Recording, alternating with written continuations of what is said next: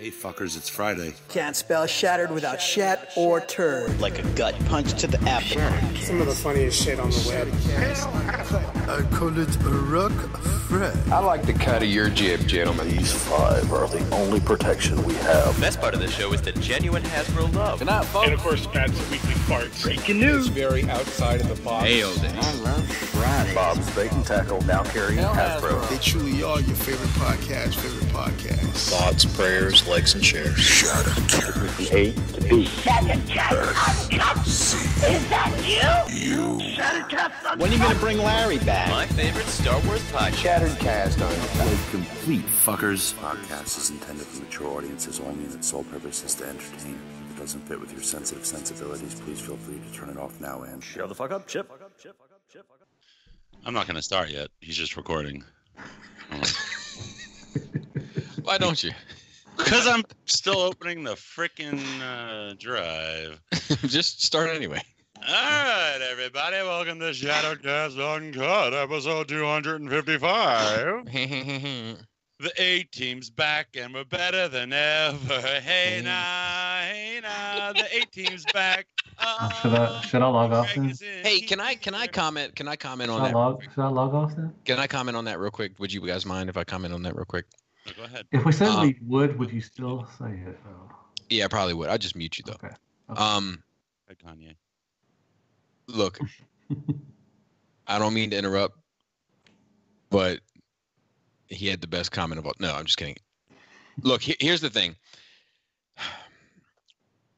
So we break a lot of balls in this podcast. So I would imagine that this guy listens to the podcast and therefore knows that we break balls and thinks that we have a thick skin. But he also listens to the podcast, so he knows that Matthew's skin sometimes is a little thinner than he lets on because he takes an awful lot of shit. And there was a comment made last week. So to address it, Shattercast Uncut is a team. And an A team and a B team. Sometimes a C team. So look, people play their position on the team. We know that Robert brings a certain energy to the show. And we also know that when I'm on the show, well, I don't know if we know this, but I feel like, are you guys ready to get a little introspective? Are you ready? Are you willing to get a little introspective? Oh, sure. Okay. So I think that Robert is an animal, right? He is his own beast. And anytime, like, has anyone listening ever owned like a pit bull or a Rottweiler or a Doberman or a German Shepherd or even a Husky, an animal that has a lot of energy and has a lot of drive to do something, even if that something is destructive? It's a walrus in heat. So I think that a lot of people on the cast are aware that Robert has that energy, but keep that leash tight. Because they don't know where that animal's going to go and what that animal's going to do. So they have to protect everyone by keeping that Rottweiler on a short leash. Whereas I grew up owning Akitas and then pit bulls, so I can let the leash out a little bit. And then every now and then you got to yank the leash in because he's getting a little too close to the kids or the little bunny rabbit across the street. So you got to yank the leash on a little bit just to say, look, you got a lot of free reign here. Just let's not go over there. Let's not go over there. Let's stay in this space. I think Matt just farted. So I wasn't here. I was on vacation. I took a week off from podcasting on vacation, which I've never done in the past. I have podcasted from my vacations 100% since I've been podcasting. But this week I wanted to take the complete week off. And Robert had an unfortunate scenario that he's getting ready to talk about, which is why he couldn't make it. And what I'm trying to get to is that we know that Robert is an animal, and we know that I am, I don't know, whatever it is, like that strong presence sometimes people say too strong, and I'm consciously mindful of that in terms of not letting people get a chance and getting passionate or upset or whatever people want to call it. But the thing is that like every team recognizes that certain people play certain positions and all those positions are valuable. So while some people are a center and some people are a forward, there are other people that are defenders and there are other people that are goalies, and they play their position. And what we did last week was we adapted, as we have always done, to produce content that's free to listeners. And as a result, we got a shorter show, a shorter free show, and the people that were willing and able to make it made it and did a show for you. So just know that you're an ingrate. There is no division. This is Shattercast Uncut. Shattercast Uncut is a team. It will always be a team, regardless of what shape that team takes. And we will always do our best to provide you with some sort of content for your weekend. Free content. Free content, regardless of who can make it. And let me say this also. When I read that comment, I laughed. But I didn't think that it was coming from a hateful place. I think that we break a lot of balls on here, and when you hear it and you listen, you feel like part of the show, you want to break balls too, and I think that's where that guy was coming from. So it's not an attack on him whatsoever. But I felt bad for Matt. I know Matt responded. I didn't see it, but I heard that Matt responded, and Matt may have gotten his feelings a bit. And Matt is my... I'm just being honest. That's not an attack on Matt, but Matt is my brother. And I can't let my brother get hurt. So, does that make sense? Makes sense to me. Sure. So, tell Lisa to take some NyQuil and let's get this fucking show started. Can you hand? Oh. I said hi. Now I feel terrible. What a dick. Technically, he's, the reason why I responded is because he's always got something smart ass to say. So that's why I responded to him. And I was just going back and forth. I didn't think it was that, harmful to say, that he lives in the basement with his mom. But, that's fine. No, you shouldn't say that. You shouldn't say that either, Matt. And let me tell you something. I've been saying this a lot recently, but it's had a profound impact on me. I was listening to an interview with a gentleman who is facing some real problems at the moment. And they were talking about Mike Sorrentino? They were talking about celebrities that have been attacked. And he said, whenever a celebrity is attacked, and I'm not saying that Matt is a celebrity. I'm not saying any of that. I'm just drawing a comparison. Just relax. You would never say that. Shut close up. To anything. Robert, you're making things worse. But what I'm saying is that he said this celebrity got attacked and people responded with, why did this dude not have security? Like, is he a fucking idiot? He didn't have security.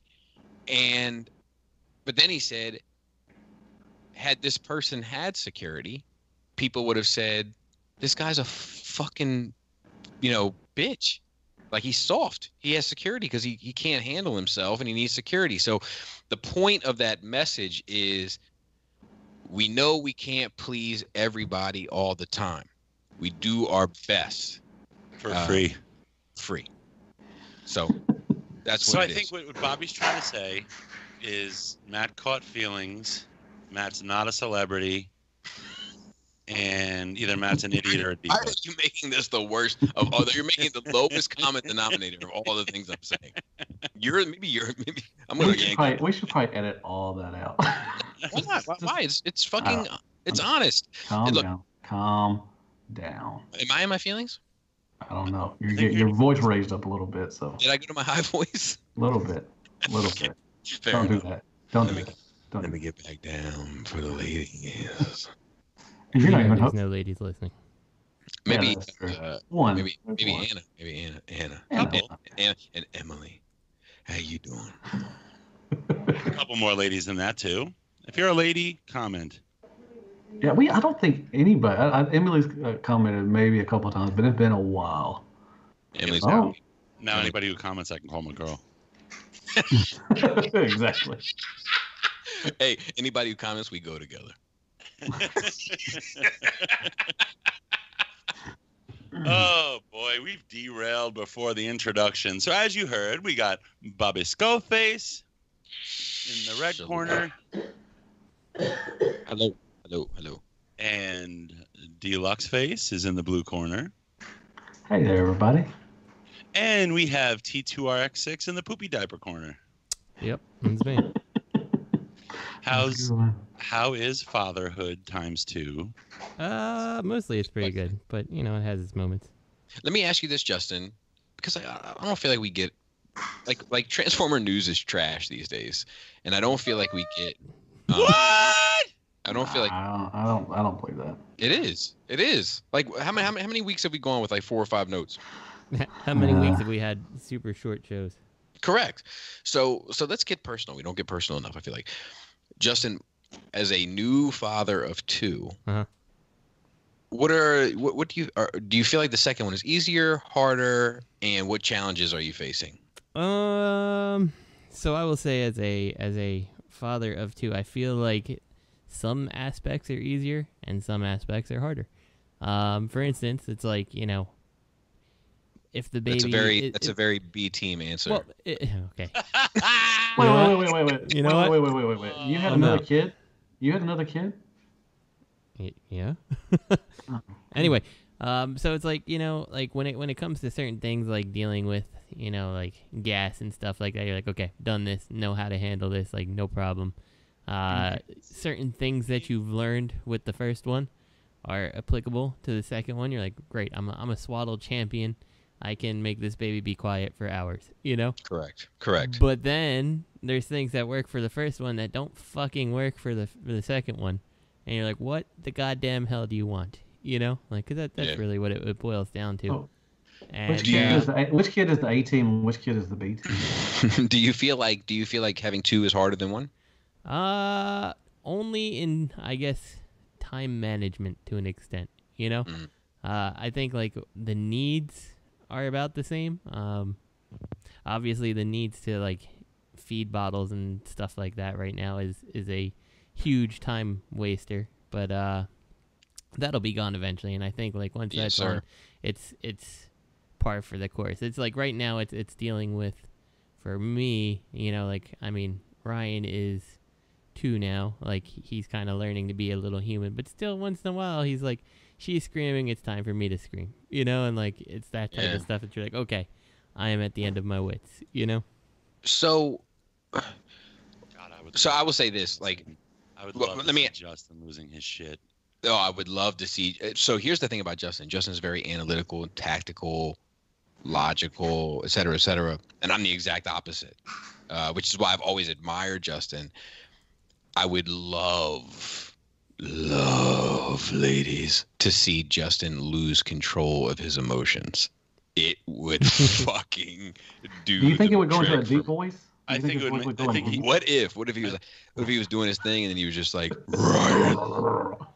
I think he'd speak like Zool. His eyes go beet red. I will be first to say it's not a great thing if I start losing my shit, because I'm sure, you know, because I don't think I would doubt you're good analytical person. Exactly. Like mostly it turns into like almost like unbridled rage for more than anything. Does Bedell? Does she know that when you've lost your cool? Does she know? She's well aware. So. When I lose my shit, my wife kind of looks at the kids like, give it 10 minutes and the storm will pass. Throw him a banana.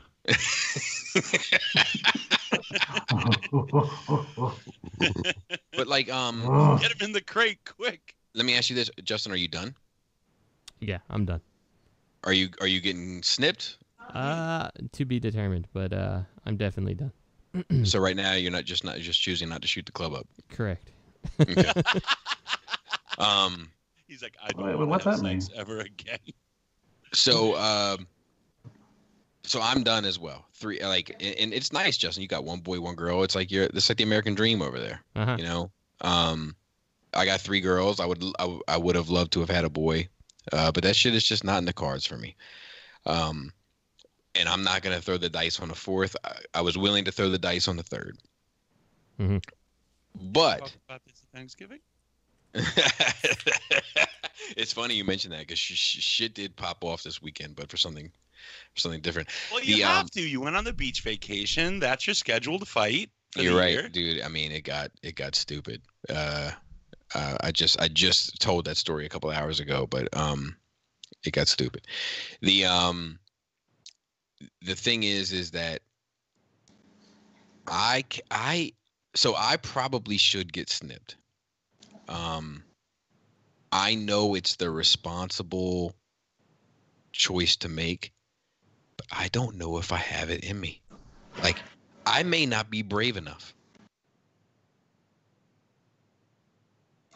Like, I talked to somebody about it, and they were like, dude, it's no big deal. It just feels like you got punched in the nuts. I was like, I'm out. What? I'm out. I'm 100% out. So you couldn't share that story with the B team? Is that what you're saying? What? Nothing. Sorry. Is there a B team to this show? I don't think there is. No, it's all A team. Medium, Justin. It's not A team. It's just a team. But I was like, I have no interest in being punched in the nuts. Like, even if there are benefits to it, like, because I am a bad luck dude. My wife went to Target to pick up a couple gifts for the kids, and she took my oldest to pick up some gifts for my middle one. There were 3 toys she was supposed to get. All 3 were in stock online. All 3 are sold out as my wife entered the store. And I sent her a text. I was like, I swear the Skullfaces are the first cousins to the Murphys. Like, if something bad can happen, it will 100% happen to me. So I will be the one to get snipped. Feel like I got punched in the fucking dick for 2 weeks. And it never goes away. It just never goes away. And then it'll never go away. Well, she'll get her pregnant again. You won't even do the trick. Yeah, you'll get her pregnant. You know, I think it has happened. I mean, it's not. I don't think. Is it foolproof? It's crazy. I mean, it's crazy. Nothing's 100%. You know what I mean? Right. So I mean, people have been, there's been tons of problems. People with erectile dysfunction, all sorts of issues. Like, and you'll get that. You'll get the erectile dysfunction. Yeah, probably. But because of right now, I'm still batting 1,000, and I get it the old-fashioned way, if you know what I'm saying. No prescription. No prescriptions over here. Oh, I take 3 pills a day. I'll be right back. He's got to take his pills too. He forgot. So I'll pick up for Robert. Matthew. Yes, sir. You are joining us tonight as well. Yes, I am. Awesome. Are we talking about what we got, or are we just going through introductions? We can move on to that. Justin, what'd you get? So, I ended up. I don't know how many people remember I think it's Machine Boy, or I don't know. I don't remember what the hell the name of the company was, but they made that Astro Train that looked like we would kind of want an Astro Train, but it was too small and kind of flimsy and all that stuff. Correct. Oscar wanted that. And then he was like, I can't pay for that right now. And I was like, that's cool. You had some things I wanted to trade. So I was just going to, don't tell Oscar this, but I mean, Oscar, if you're listening, I'm sorry. But I was like, you had that MP blue streak. Like, I would trade that 1 for 1. And then he was like, yeah, I'm going to sell some things. And I'm like, well, how much you want for this, that, and the other thing? He's like, I will trade you the MP blue streak and then the Fans Project, Diatlas for that Machine Boy. I'm like, that's a fucking deal, Yeah, so, that machine, that Diatlas is solid. Yeah, so I was like, I've always kind of wanted to check that out, so I picked that up, like a direct trade, and then he had. What did you trade, Justin? I'm sorry. I traded I don't know, was it I forget. It's that Astro Train. Machine Boy or something like that. Captain? Yeah. Was it Captain? Transportation Captain. Oh, the Toy World? No, the third one. Yeah, it's like Machine Boy or Soldier Boy or something. I don't know. It's something weird. It was Soldier Boy. Yeah. Anyway, I think he had a rap album, but what you fucking do with Superman? Come on. I want to see Justin do Superman. 1,000%. But anyway, so I traded that, and then he had some other stuff that was for sale, and I'm like, well, you know, how much do you want for that MMC Spartan, their impactor, because I never picked that up. And he made me a ridiculously good deal on that. And I would have given you mine for free. Oh, that's cool, but, you know, whatever.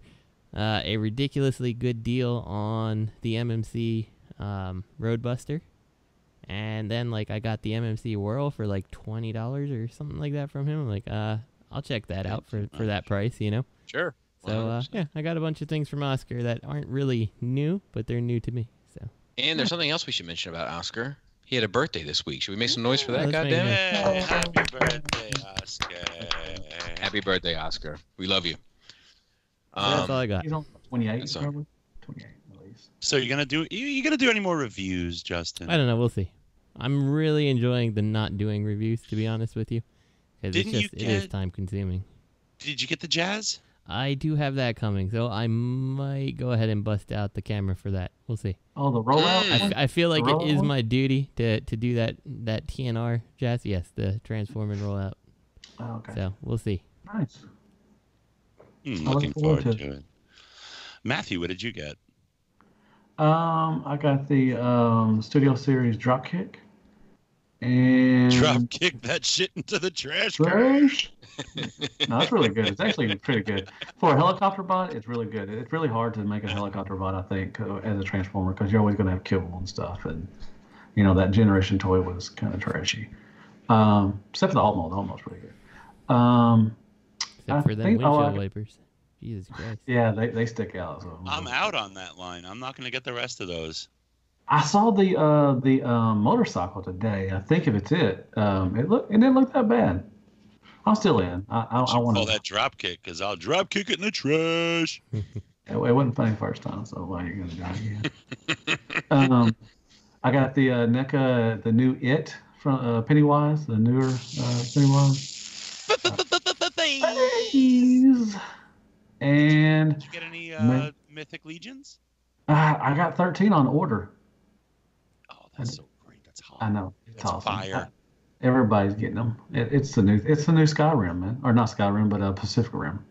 No, there's a lot of people to collect them, but I don't. And I actually ordered that damn Flame Toys Tarn today. No shit. Yeah, wow. I got it from. Congratulations, that's big boy shit. Wait. Okay, my wife's listening. It costs $29.99. Wow. You know what? I think it's worth mentioning while we're on the subject of Flames Toys. I saw on Facebook they posted we've met our quota for production on the Shattered Glass Drift, and then like thank you everybody for purchasing. Right? It was just this week, and then they're like, while we're talking about it, it's not coming out till next year. It's supposed to come out at the end of the year. It's like April or something. See you next year, suckers. Yeah, I think Duckett ordered one, and he I don't think it comes out till like April or May or something. He got pushed back. But that's all I got was those two, and I ordered that thing, so I should be getting that one probably next week. That's nice. Bobby, did you get anything or have an opportunity to review anything? I got the Hot Toys Kylo Ren from Episode 8. And it is fucking phenomenal. But the pants are trash. And I got the I can say I got the Takara Tomy Millennium Falcon. Yes. You said that last week. Did I? Or did I say it was coming? I can't remember. I think you said you got it, but no, I don't know. Yeah. You guys said shit last week. Yeah, you weren't on last week. Oh yeah, that's true. There you go. Robert, shut the fuck up. But yeah, that Kylo Ren is fucking legit. Nice.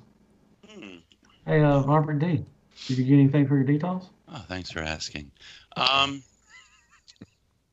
don't think I got anything, and I have a funny story to tell. It's probably not funny now, but I wasn't.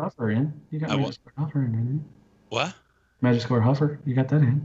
That was like 3 weeks ago. Oh, my bad. Sorry. 2 weeks ago, I got Magic Square Huffer. I think no one else has that yet. It's weird. I just ordered it. I'll get it this week. So I just don't get it. Like Tony Chi has this stuff in stock early.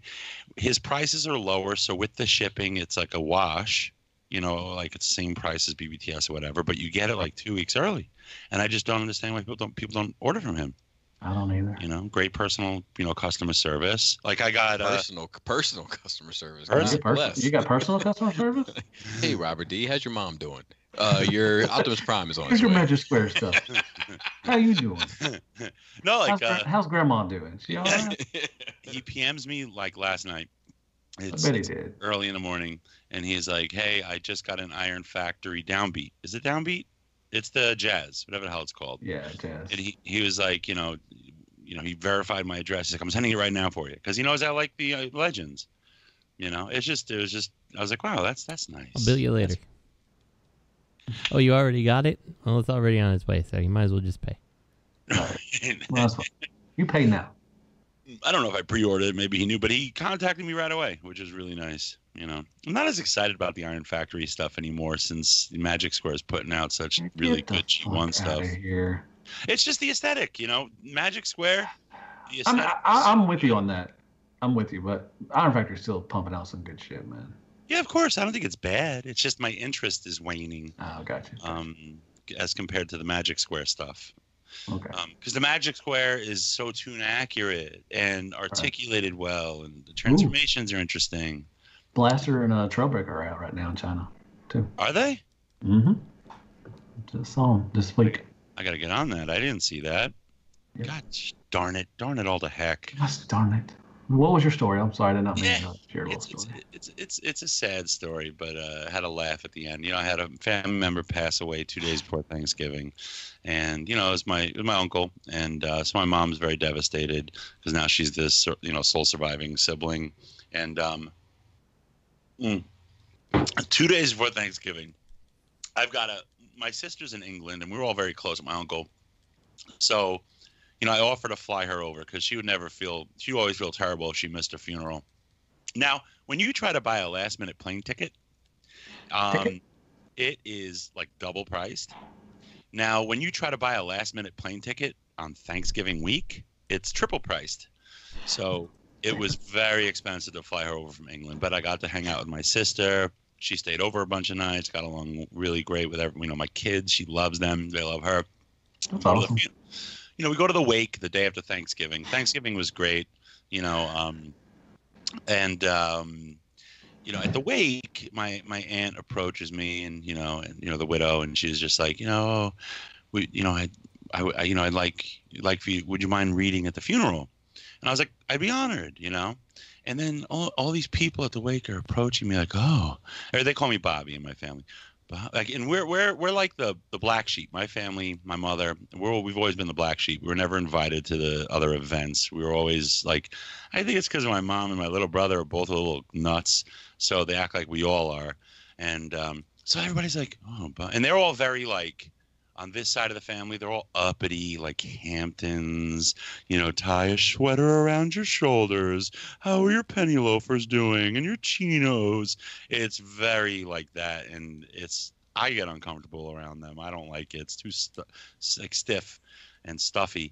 And they're all just like, oh, so you're going to read at the funeral.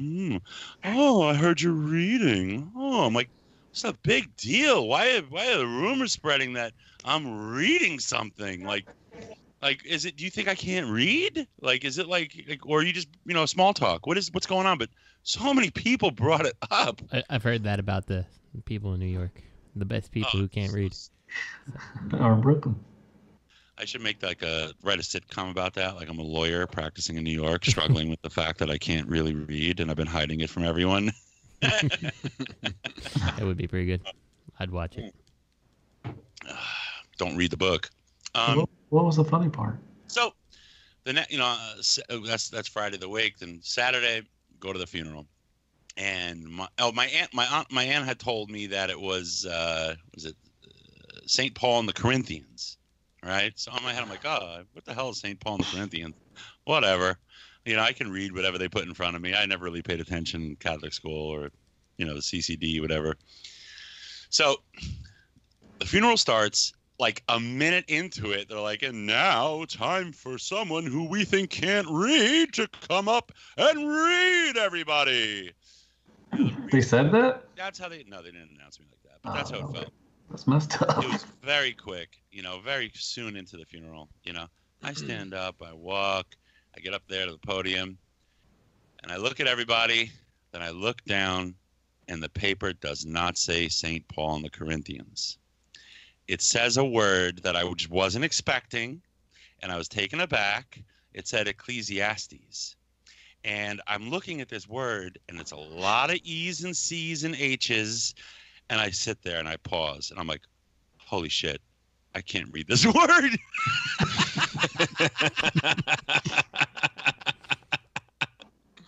I stare at the page.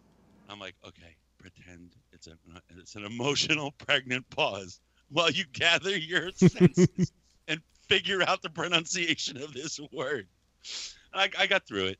I read it, and I read it with emotion. I was fucking making eye contact with people in the audience. Like I was. Did you work it? I worked it. You worked the crowd, man? I worked the crowd. And did you put your thing down, flip it, and reverse it as well? Yes. Okay. Yes, I wore a lame suit too. Did you? And at the end, people were like, "That was so good. Oh man, you should find a profession." Did they golf clap? They're like, you should find a profession that involves public speaking. I'm like, do you know me? But they were just like, and do you listen to Shattercast? They were like, that was so emotional. The way you like paused at the beginning. And you really couldn't read a word. You're like, and I was just like, I just couldn't read the word, but I didn't tell anybody. I told my sister, she's my big sister, so then she frickin' goes and tells my cousin, and he starts laughing at me. But luckily, no one else found out. But that was it. That was my moment. But yeah, everybody got really drunk on Thanksgiving, though. Everybody, because when something like that happens, you kind of lash the other way, and I was so hungover after Thanksgiving, I was miserable. But yeah, that's what I got. Absolutely nothing. Oh yeah, I talked to you on the phone because after Thanksgiving, didn't I? I don't remember. Did I call you that night? Yeah, you were yelling at your wife because she bought a plant at fucking IKEA. That was the like, night why did you buy a fucking plant at IKEA? That was the night before Thanksgiving. We got into a nice fight because while we were supposed to be preparing the Thanksgiving feast, she went to IKEA for 3 hours. She's going to get mad at me if she hears me talking about this now. She's like, I'm going to go buy a file cabinet, and you'll put together that armoire. And then she comes back with chair cushions and plants. And I was so mad. And I had Matt on the phone, and I was just talking mad shit. And she got so mad at me. She got on the phone and talked to me. She's like, quit egging him on. Just let it go. I'm like, all right. And Matt was like, he's drunk. And she was like, I don't give a fuck if he's drunk. But yeah, that's fine. It's fine. So looking at these notes, I'm seeing a blankety blank and a blank blank blank. Got some. That's some third party. I know there's movie show news because we did see a CGI render of Optimus Prime for the new Bumblebee movie, and people are very excited about that. Oh yeah, they said they saw RC and Ratchet and some other ones. Like if you freeze frame, and Cliff Jumper, you see them in the fight scenes. And people are thinking that when Optimus is like launching out or something, it kind of looks like the '86 movie when he transforms and has that gun out and all that, has his gun out and everything, and starts firing on Ramjet and Soundwave and all them. It kind of looks like that a little bit. I want to hear you guys' thoughts on it, but I just right now the way it's gone with the timing with all the Bayver stuff, it just feels like too little, too late. No, but I think there's going to be a change. It's just there should have been more of a pause. And I'm the king of pregnant pauses at this point. And, well, I think we talked about it last week. Travis Knight, he sent out a letter stating all this. I forgot what all the basic letter said was. Just give it a chance. I think he's trying, and I think he's going to try to make it better than what Bay did. So I'm excited for it.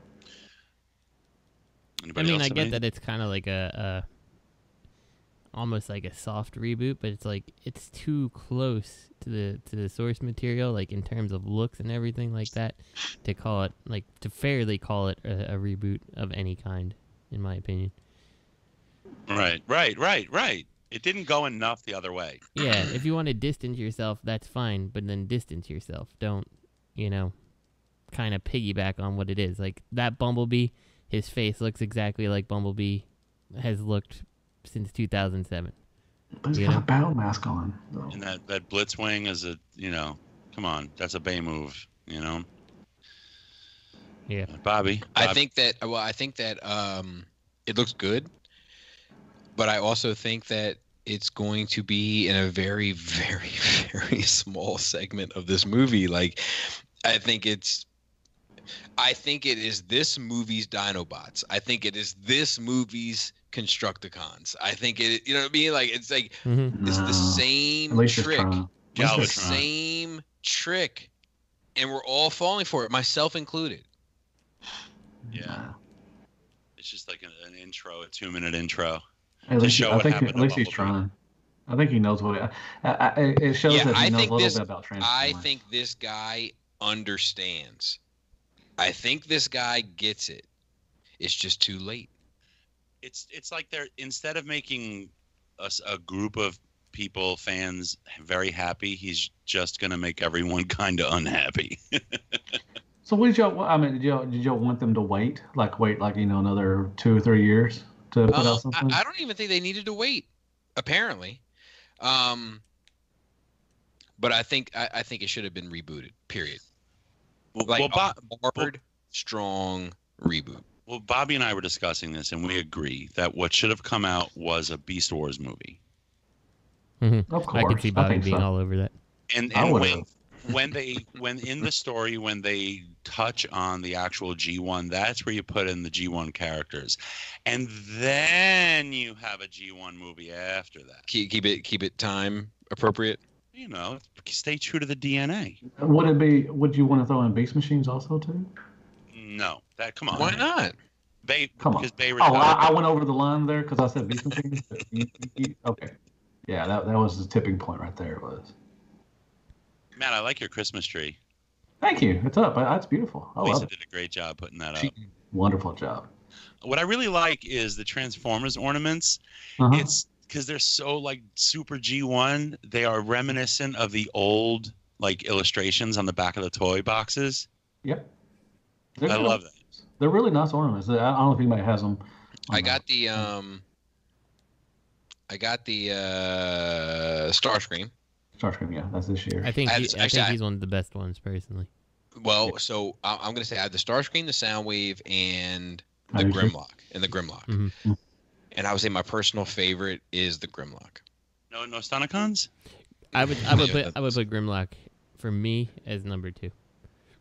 Copy that. Yeah. I had Prime, but my wife actually thought it transformed and tried to transform it and snapped it in half. Wow. It's one of the more expensive ones to find too. If I'm honest with you though, there's a little part of me that is a little surprised that they didn't like transform, because like the G1 Transformers are so simplistic. You could have kind of worked that in somehow. Yeah, I can see that. But, I think there's a Megatron.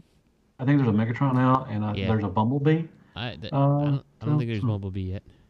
No, there's Dust got one. He got on Amazon. Is it from Hallmark? Because there's a Bumblebee that is. It may not be a Hallmark. You're right. It may not be a Hallmark. Keep dropping those facts on him, Justin. I have. It make me feel like a little person. Well, I'm not trying to do that. I'm just pointing out that there was another company that was making them for a while, and I had. Like, it looks like an MP Optimus Prime, and they had an MP Megatron, and then they had a Bumblebee that's, like, not really all that good looking. It is G1. It's all G1. So okay. I'll take some pictures. They're on my tree. I'll tell you, I am, speaking of Christmas ornaments, I'm super excited for Christmas this year, and I'm not sure why. Like, I'm just in the fucking spirit. I'm in the fucking spirit. Oh, yeah. I don't know why. Like, I don't know if it's because we got all the decorations up a little bit earlier, but like I'm feeling the vibes. So, well, let me ask you a question. I just asked this today, a discussion question. What are y'all wanting? What are y'all wanting to get? Like I said, I'll probably get the Fans Toys Cyclonus and that Generation Toys the Stealth Bomber Megatron. So what are y'all wanting for Christmas, basically? Generation Cyclonus. I think, God. So can I be 100%, honest? Please. I bought my first quarter scale statue tonight. Not the what's her face from He-Man? I 100% bought Evil Lynn. Wow. How much? Do you mind saying? 400. That's not bad. I mean, it's less than a masterpiece. You know what I mean? Right. But $40 less than a masterpiece. Where are you gonna put that puppy? Right now in my office because I don't have what it takes to display it properly. How tall is that? 21.5 inches. Wow. Oh, almost 2 feet. Almost 2 feet. So I'll tell you what I want. Scale, she's 6 feet tall. 8 feet I think. tall? She's standing up on some rocks. Okay. She's standing up on some rocks. Then it makes sense. I think that what I really want, my wife. I want a Han Solo in carbonite. No, I mean, I'll definitely be up for that. Robert, let me know how that case works out for you. I have a. Do they make that? Yeah, 100%. All right. I have an itch that needs scratching, and what I want is the Hot Toys Guardians of the Galaxy Volume 1 Groot. And I want a rocket, but I don't care what rocket I get. But I want big Groot. I don't want teenage brat Groot. I want fucking proper Groot. I am Groot. Yeah, I don't want that one. Yeah, that's that YouTube money talking right there, buddy. No, that's that physical therapy money. Gotcha. That's that for dummies money. No, it's not the for dummies. You motherfuckers, man. It's not you motherfuckers. Because I try to buy just a pair of headphones. It's just you specifically. So, Robert, what are you wanting? Do you want anything, or are you looking for anything particular? I honestly, the stuff I want is just like grown-up shit. I need a new copy machine for my office. Underwear and socks. Stuff like that, man. You know, new shirts. You definitely need new shirts with collars. I don't really shop for myself on Christmas because I know my wife's going to wait till the last minute and then waste a lot of money on something, and I have to be happy about it.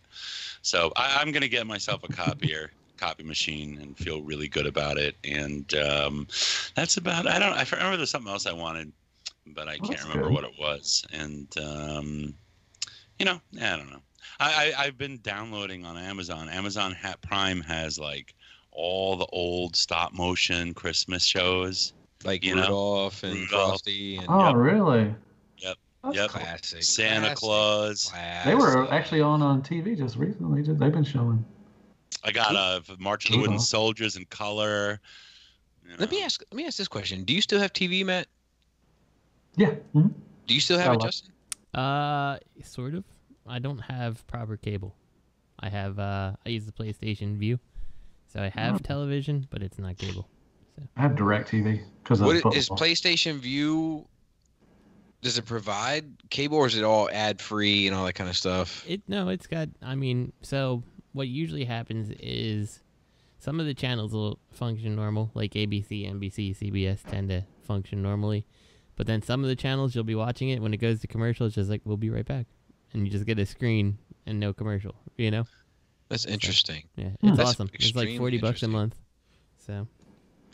Robert, Robert, I'm guessing you still have TV because you have more money than you know what to do with. Yeah, I got cable. Yeah. Okay, it's just interesting. I don't have cable. I haven't had cable for years. I guess you use Netflix and Hulu and all that stuff. Yeah, I use Netflix and Hulu, and between the two, it's less than I would spend for cable. And to be honest, I would do that if I wasn't such a big, I love NFL, football and everything. True. Package. We get the package, so that's the reason why we have. But if we didn't watch that, I would go to Netflix and all that stuff. Sure. There's a lot of good shows. Sure. Yeah, how would I get my Jersey Shore every week, Bobby? That is true. That you need the. I love the Jersey Shore so much. Really? Oh, yes. Me and Robert talk about Jersey Shore. Oh, my God. It's so trashy. It's like watching a train wreck. It's It's a big train wreck. Like, people are dying left and right train wreck. Yeah, no, it's a fun watch. It's a fun watch. But, yeah. No. So what's the point of this line of questioning? Who has TVs? No, I was just curious because I just feel like TV is a thing of the past. Like I feel like it's like something that is slowly becoming a thing of the past. But like Matt brought up a good point. Like he's really into sports, and like that's a 100% valid argument to why to keep television. But I don't watch 90% of the fucking channels. No, but you can watch that stuff on Amazon now. I think you can watch certain things on Amazon. Not the NFL. You don't think you can watch NFL? They show the games. Yeah, I just never clicked it. Do they? Mm-hmm. They do like Thursday night football. I think they do Sunday night football. If you want to watch the Eagles play, you need AOL. We got the Eagles Monday night too. Actually, we got to beat the Eagles Monday night. Just saying.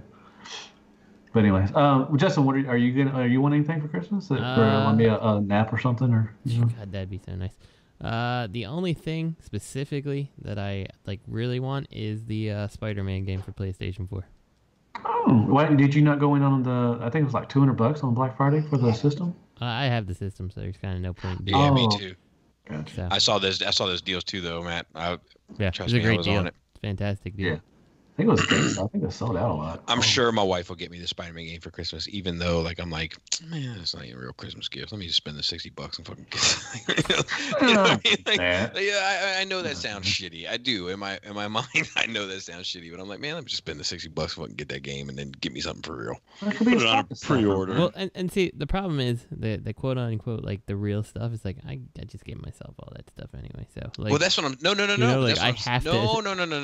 No. Justin, we're coming from the same place, but we're using the words differently. Like all the $60 stuff is the stuff I can get myself without skipping a beat. Sure. It's the stuff like a fucking Groot that's going to cost me like $300-400. Sure. That's the stuff. It's like, look, go ahead and splurge for me on this if you think I've earned it. If you love me, you get it for me. If you really love me. Yeah. So. Speaking of love, let's talk about Maketoys Striker Manus Premium, taking a page out of the Fans Toys playbook. Look at this. Make it shiny. It's shiny. I think I'm getting the impression they're in a tight spot. Really? I am, and I'll tell you why. Like a lot of stuff we've been seeing from Maketoys as of late has all been remolds. Mm-hmm. And I get the impression now we know, like I talked to Spence, all that shit. Like we know that Spence was hooked up with Maketoys, that Maketoys has complaints about Spence. Spence has complaints about Maketoys, blah, blah, blah, blah, but they're trying to work it out, et cetera, et cetera. But I would bear to wager that the amount of, like, what have we got from Maketoys this year? 2 Seekers in this? And fillers. You know, and they actually had the crowdfunding. The Sunstorm. No. Is that out? Is that out? But I'm just saying that people. Okay, so let's even include. Oh, I'm sorry. Well, it's not out, but they did have it. They're collecting money for it. It did. My question is this: is what can Maketoys afford to produce originally right now? Right. Is that a dangerous question? It might be a dangerous. No, and that's why I brought up the crowdfunding thing, because they're having to do that. And I know it is a lesser character, but it's still Sunstorm. I think Sunstorm still would have been okay to make and not have to have a crowdfund. Like there are questions. There are questions that arise to, and maybe I'm from another planet. Maybe I'm an alien. But when I see a company like Maketoys produce 4, now obviously they have cross dimension stuff that they've been teasing. Oh yeah, the Jetfire and yes. Galvatron. But when I see shit like this is done. This Prime is done. Yeah. The Jets came out. Right. But they hadn't shown anything new. And the Sunstorm was a crowdfunded piece. So when I see moves like that from my couch, the only thing that I can come up with is, oh, there's money issues. Yeah, they can't make toys. Does it get a rise out of you, out of your couch, or no? You gotta relax, because what I'm saying is serious. Like I don't. Now we're serious. Okay. No. Look. What I'm saying is that, like, I don't feel like everyone looks at the field the same way. Like, this is a business. And if this is what we're seeing from this business, there's a problem. What did you say about Fans Toy then having a problem too? Because they're doing the Jetfire. Matthew, I feel like oh, you're not hitting me. I'm not. No, I I feel like you're hearing me, but I feel like you're listening, but you're not hearing me. He's raising the point, like, you know, he's saying, well, what about, okay, you're repainting it in a premium paint job. Well, let's compare that to what Fans Toys is doing. Are they in two comparable situations? And the response is no, they're not, because Fans Toys is still showing lots of renders. That's all he had to say is no, they're not. Bobby had to, make me feel like. But the fact is, okay, what new stuff did Fans Toys put out this year? Did Fans Toys put out more new stuff than Maketoys did? 100%. More than 100%. I got you. You got to ask whether, as a business, are they just bad money? Let's ask this question. Just for. I got another question after you ask your question. Oh, I like a lot of questioning. Hold your hand in the air and go, ooh. Dude, I was that, because I never knew the answers in class. So when I knew something, I was you was raised up. Dude, I was like a chimpanzee. Weren't you in a one-on-one class? Yeah. Well, no, not. So we can talk that about was this. Funny. That was funny. Were you homeschooled? No, it wasn't homeschool. But so there were some classes. I got taken out of math class and I got taken out of science class, and I got put in a separate class in the resource room where there was kids that were chewing on the desk. That was a true story. Nice. Math was always hard. And there was one teacher per student. That's a fact. Nice. That's a fact, Jack. So what's your question, Bobby? My question is this: what other third-party company can you tell me this year that has not put out one original mold? Toy World. That's not true.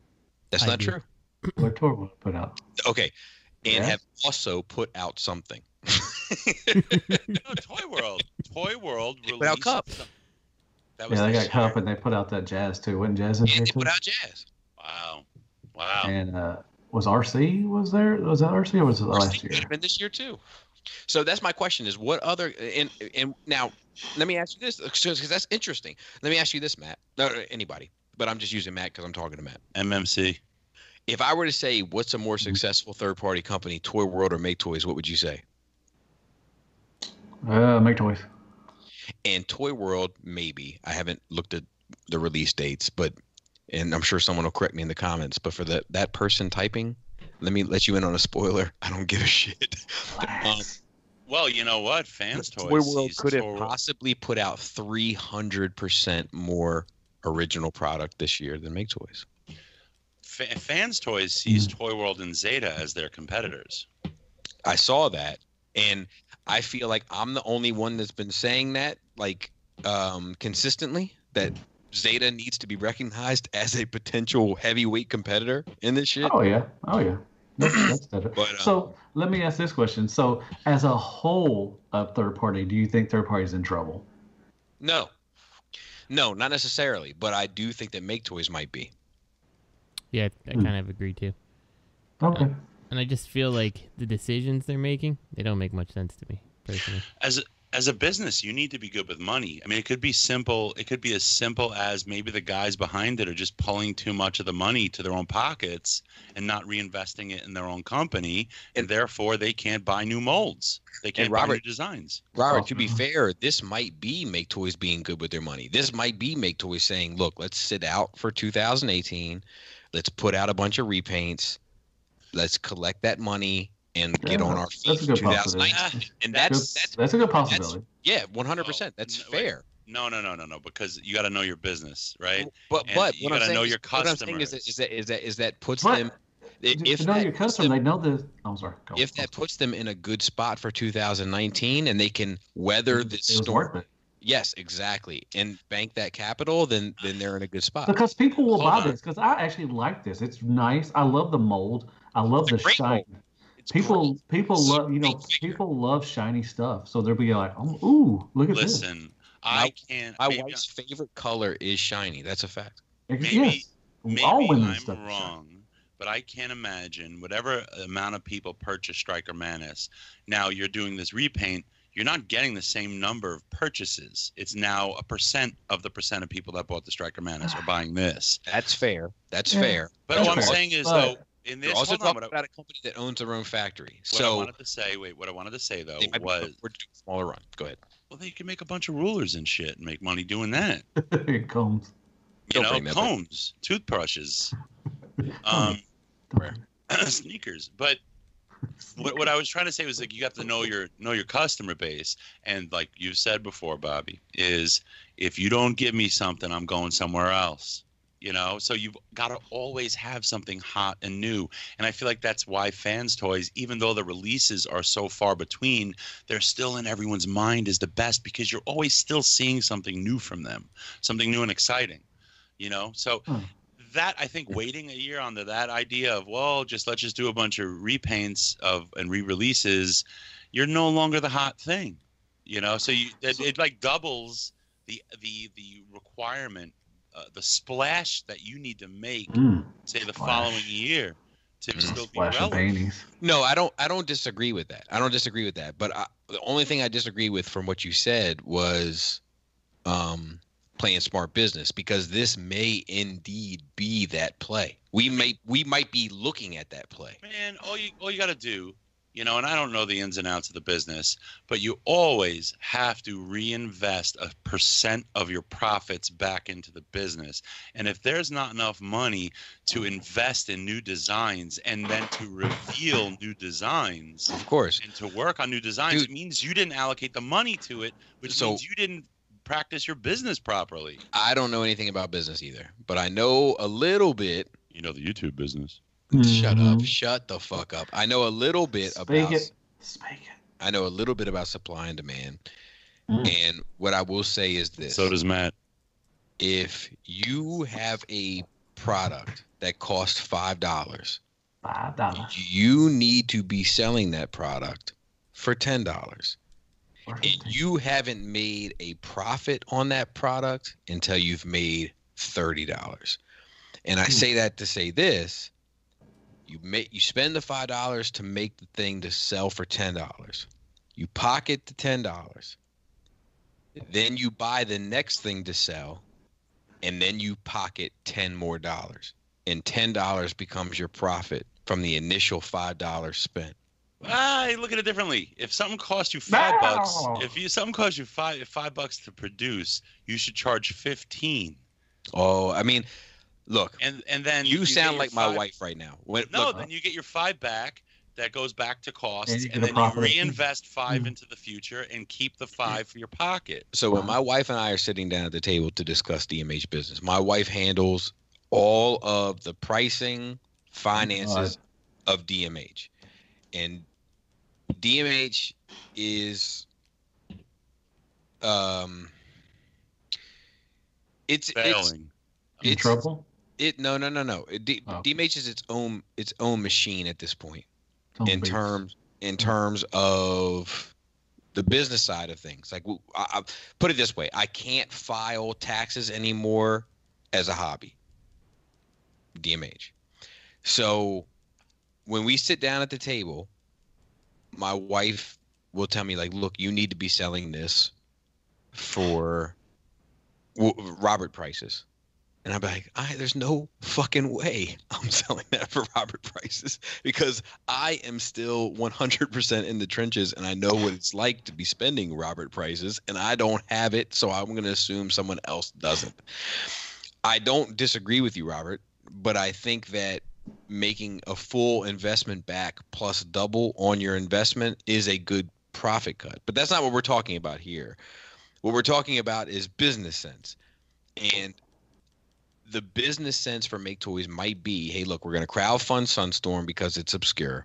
We're going to pocket the money from Thundercracker and Skywarp because everybody's going to get it. We're going to put Optimus Prime back out with paint to double our money there. And we're going to use that to put out this next wave of shit, because they haven't put out shit.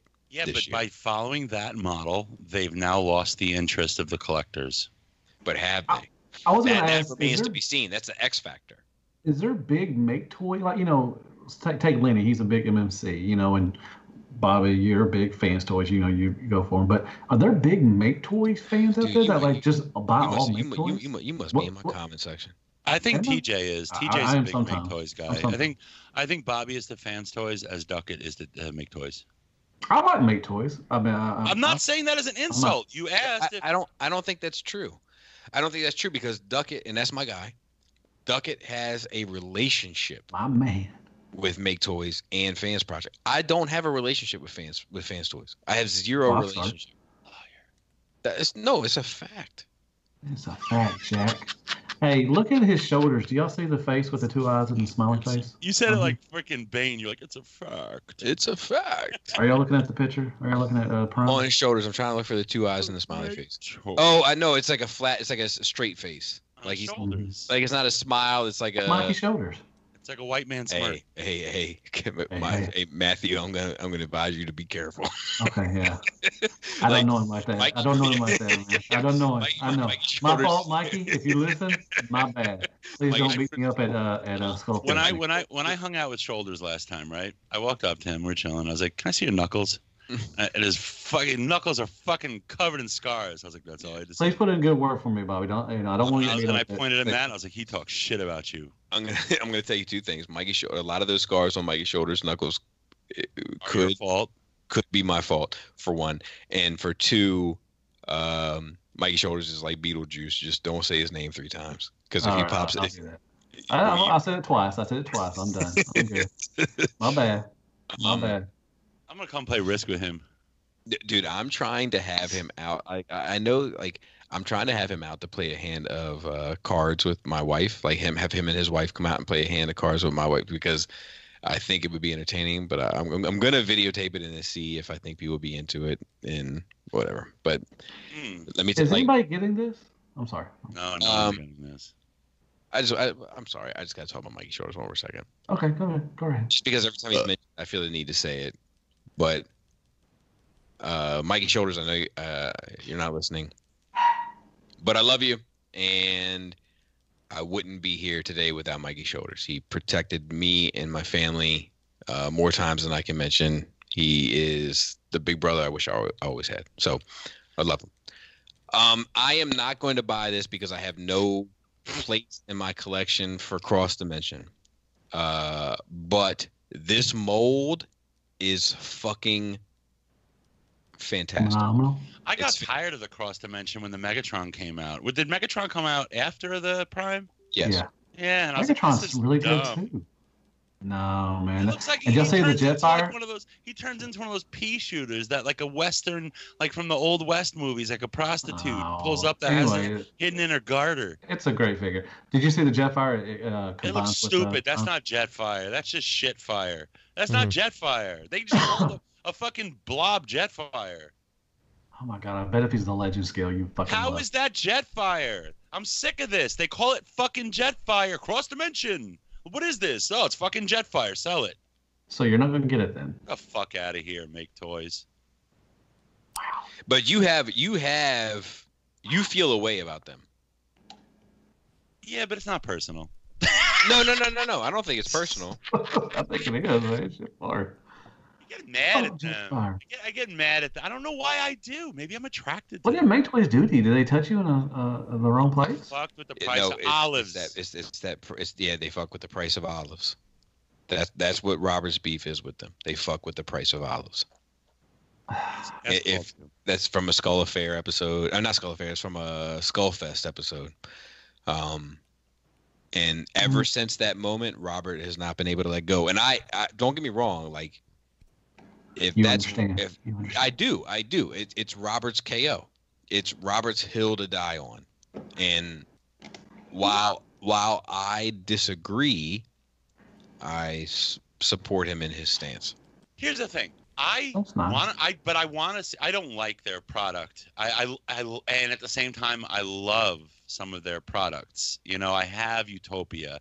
I couldn't part with it. I have Pandanus. I can't part with it. I have their Power Master Prime. You know, I have the Prime and Megatron, but I'm done. when they pulled that shit with the Seekers, I was like, I'm done. But because I just didn't like it, and I didn't want to do business with them anymore. I wouldn't mind seeing them succeed. I would love to. I think they contribute to the community tremendously, and I love that. I love the original stuff they produce. They're not on the same plane for me as like Mech-Fans Toys. Mech-Fans Toys, I loathe them. Ooh, and anyone who collects their products. God, I may be cool with you on Facebook and I'll shake your hand, but as a collector, you should fucking gargle out of the toilet every Don't day. say that. Wow. What? I might want to edit that out. I don't know. Anyway. No, don't edit that out. Nope. Fans Toys, and fuck you for collecting them. Justin, that. Are you still around, Justin? I'm still around. You've been very quiet. Yeah, I was trying to sneak in a couple times. Jump in. I'm inviting you to jump in. I feel like I get that this is a good mold and people like it. It's like never been anything that appeals to me because I don't have any room for this type of stuff, The thing that like strikes me about this is like if you're going back, and I guess the thing is about Striker Manus is that it's kind of the lowest common denominator here. Like if you're gonna go back to make a buck by really re-releasing a mold, like why not go back and tweak your Seekers and get the cone heads out before anybody else does? But I mean, I guess that's a monetary thing where this is just a complete recolor, which is fine, I guess. But like, then why do it? Why premium color? Why not like, some odd obscure repaint of Optimus Prime? Why not like a green one? Like and you could be like a Army Corps. BAP. BAP. And it doesn't even need to be BAP. It could be Army Corps because like G.I. Joe Optimus Prime would be green. Make it camo, something like that. Make it purple. Call it Shattered Glass because people love that shit. One. I do.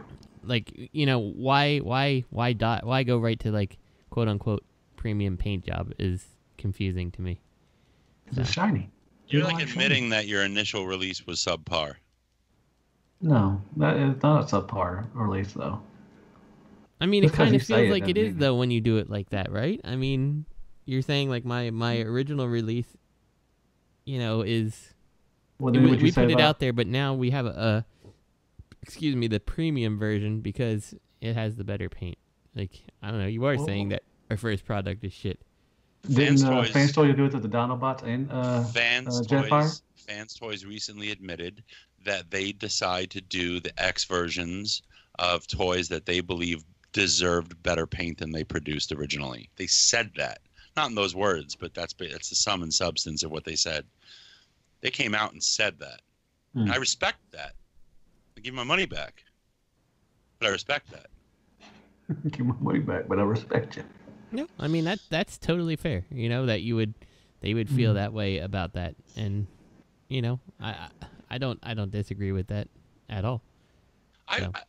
All these Prime, anyone who's made a Prime, I feel like the biggest cash grab, more so than a Nemesis repaint, is or an Ultra Magnus repaint, is a gray one.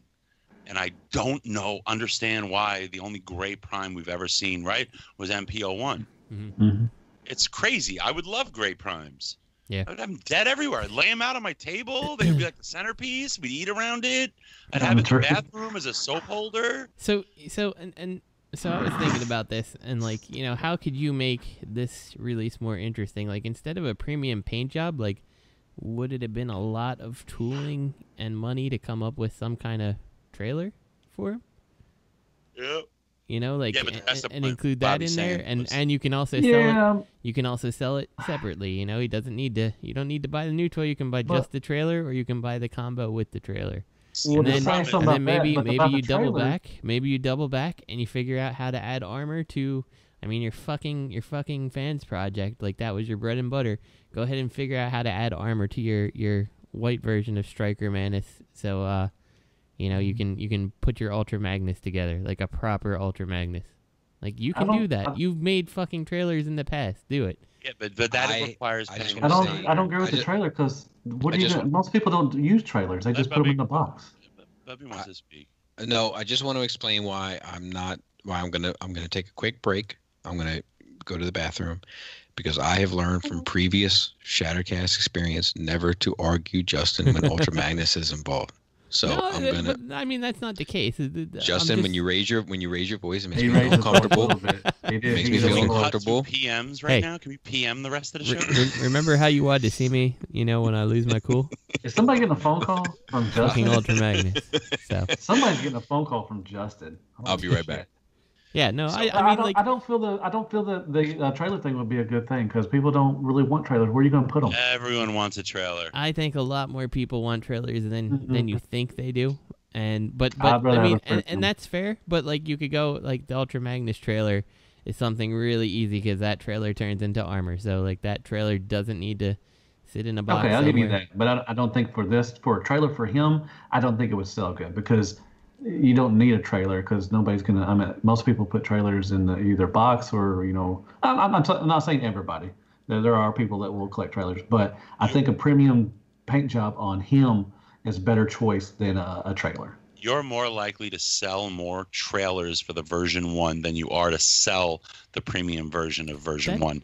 And that's what I feel like. You can go ahead and put version 1 back out, and you can make the money on the people who are like, oh, I kind of dig that, Like, because I feel like how many people are going to buy the original, who have bought the original are just going to be like, well, fuck this, like, I need the premium version of this. Like, some people will, obviously, but I feel like that number is not as high as people who checked it out initially.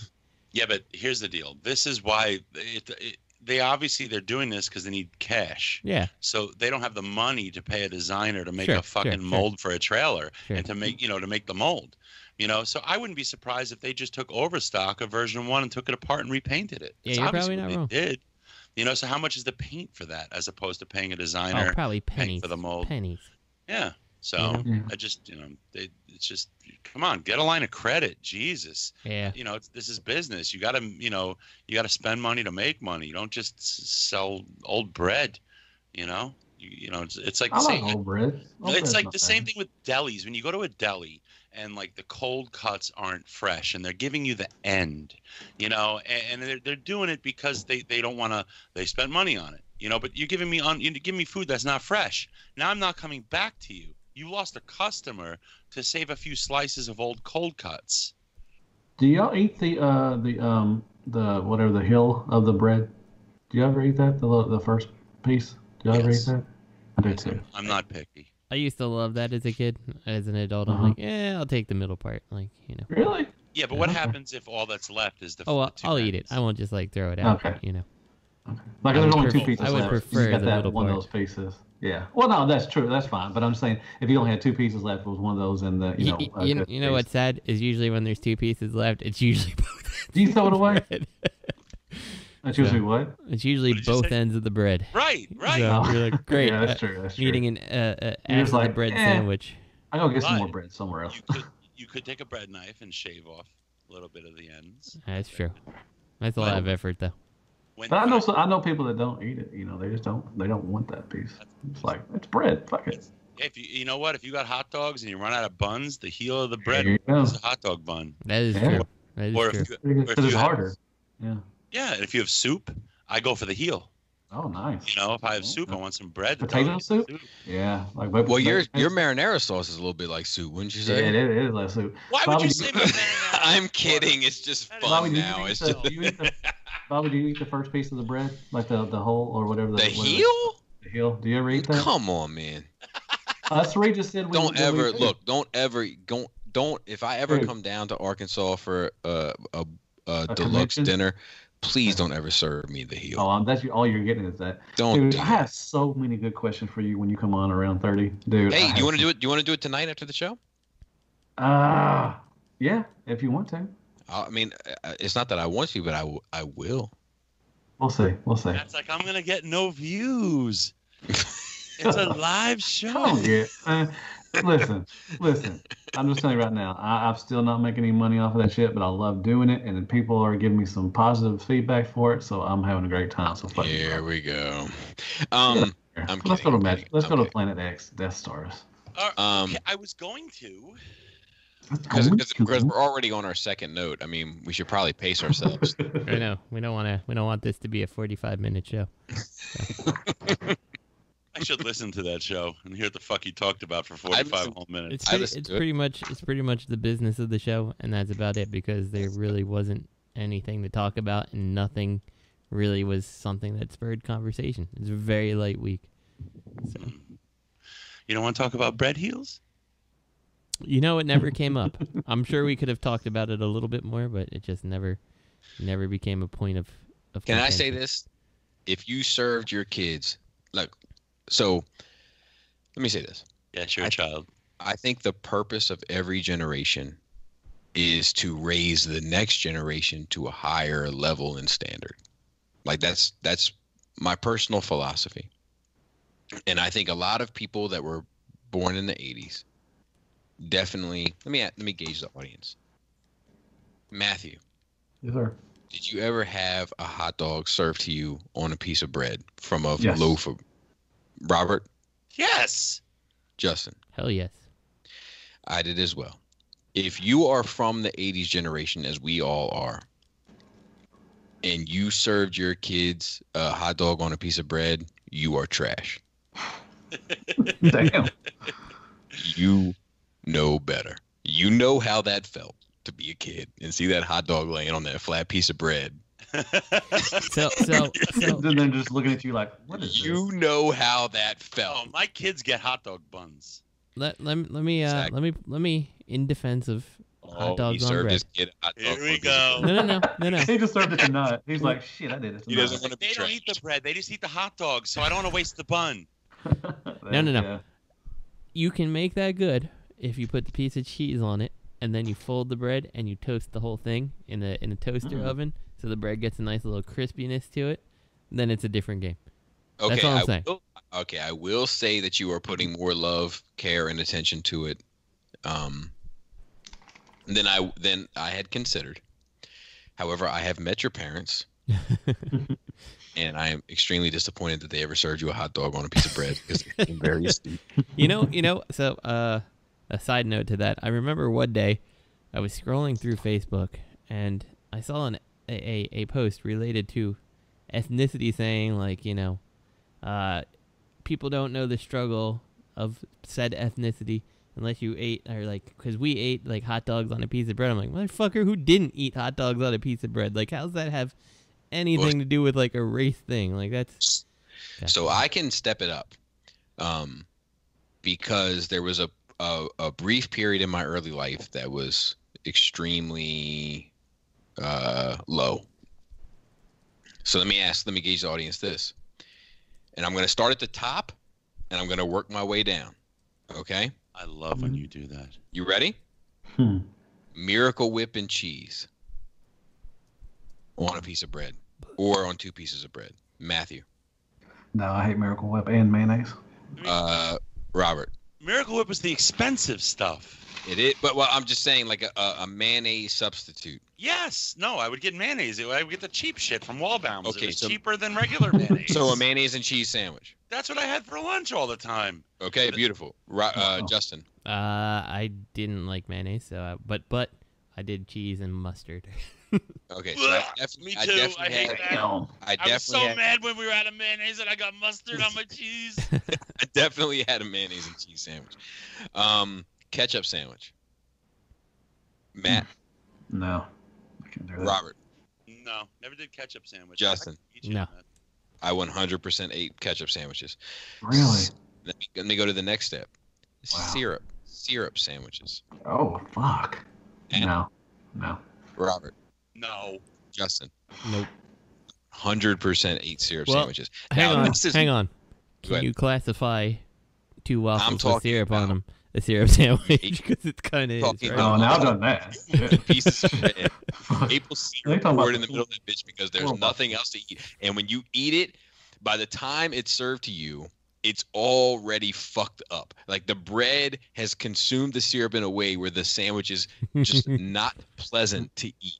Nope, never done that. Now, And did you cook this yourself? I mean, did you make this yourself, Bobby? No. Here's the worst. Here is the absolute worst. And I Air can sandwich. I probably only was served this 5 times in my life or less. I could fit it on one hand. But this was penis sandwich. This was the Thursday before payday. I would imagine 100%. One piece of bread. Sugar. One piece of bread. Sugar. Sprinkled on the bread, and then another piece of bread on top of it. Dude, you can make like a cinnamon toast, man. Just put some cinnamon on there. And That's just lazy. Put that shit on the fucking and put it in the pan. Matthew? What? Did you ever have that? Yeah, I had the sugar sandwich, yes. Yes. Matt just ate one. Probably, yeah. I just ate one 15 minutes ago. No. Did you call my name?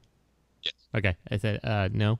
The closest I ever got to that would be like butter on toast with cinnamon and sugar, like Matt was saying. But that's fucking like that's cinnamon toast. Yeah, that's cinnamon toast. That's tasty. But like, that's some good shit right there. When I had that placed in front of me, I remember clearly looking up my mom like, "Are you for real?" Like, bitch, where's my 3 3/4?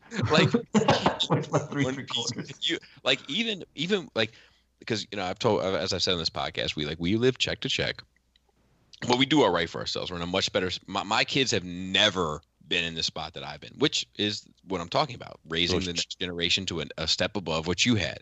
Because his checks are fat. It's not true, but there are times where my kids have 100% got salami sandwiches. What's wrong with salami sandwiches? Me personally, I don't think anything. Salami is like a child's fucking gourmet meat. That's what. What about spam? I'm telling you, Robert, is my kids look at me with the same face that I gave my mom when I had the sugar sandwich. So one they are going to be on a podcast asking their friends if they ever had a salami sandwich. Yeah. You know what? Hey.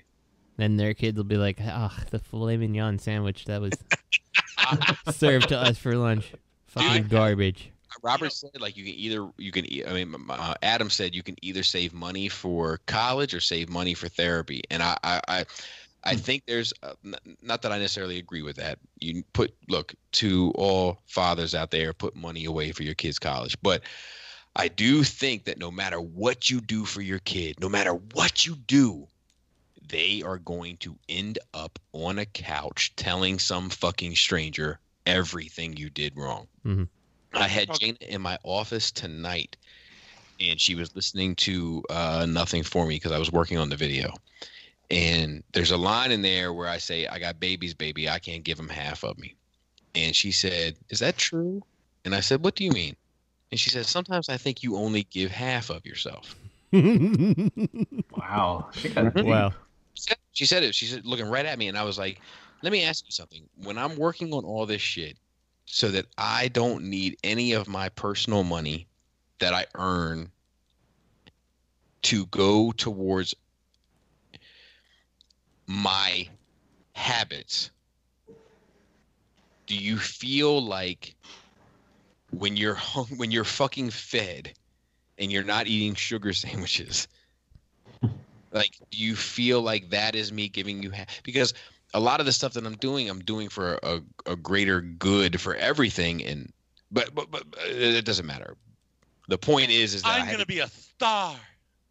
I had to drive home to her that a lot of stuff that I'm doing is for the greater good, and she's still, like, she lives in a nice house. She's never been hungry.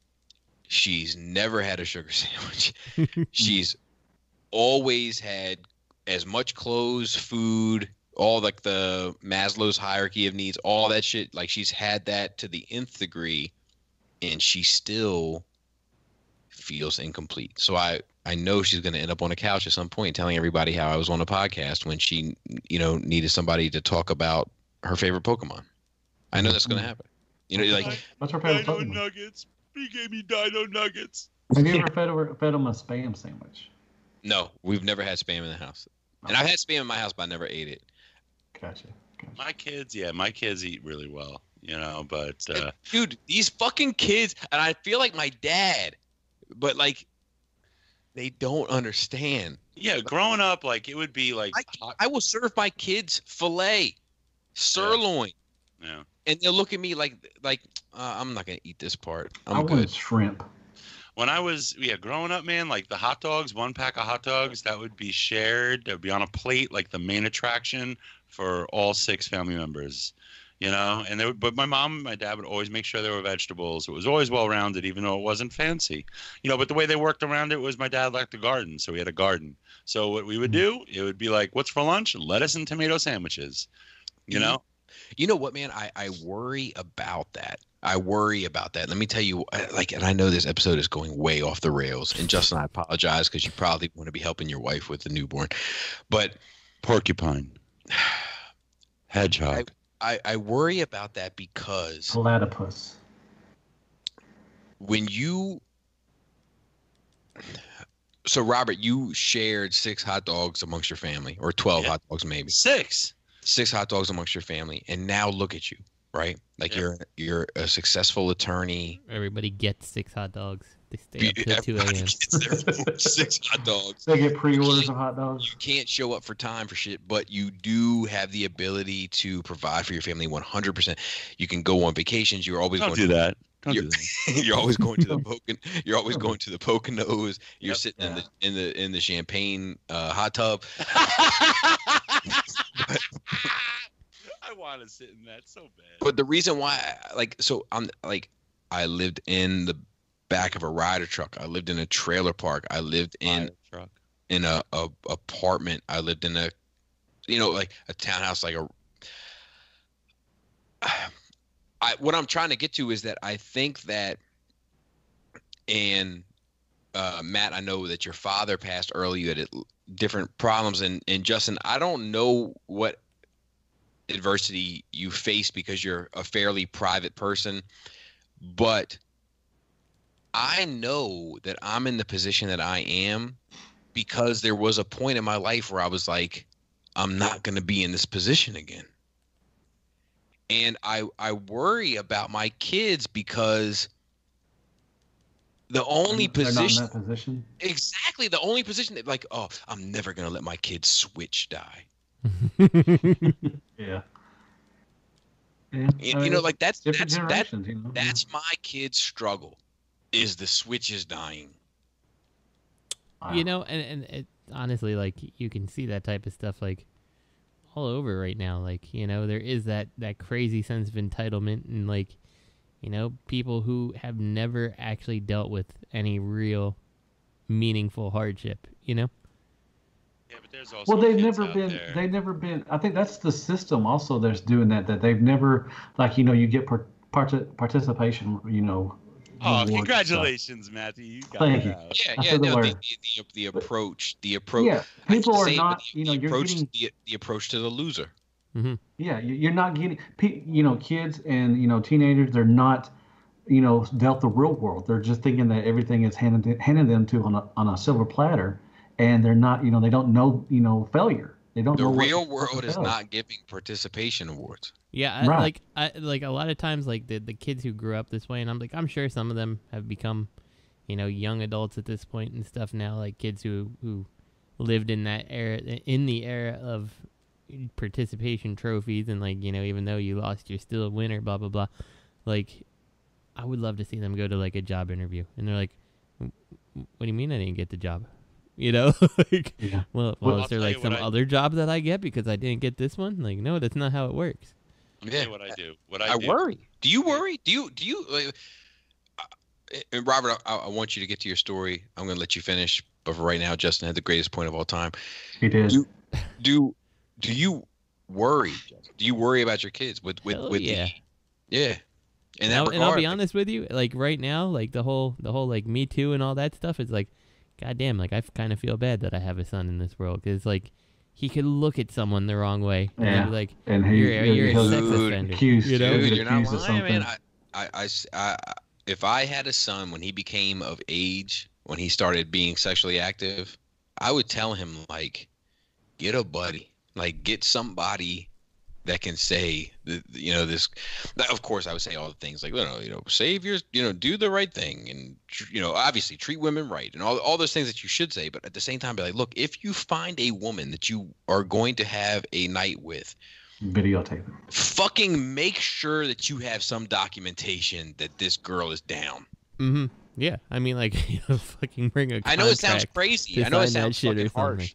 Yeah, I mean, like to me, it's crazy. It's like you could go somewhere and be like, "Hey, you look nice today." It's like, well, what the fuck's that mean? Like, oh yeah, you get sprayed. You get pepper sprayed. It means like you look nice. Like, at what point can I not be nice? And I think there's a balance, right? Because you have a daughter. Uh-huh.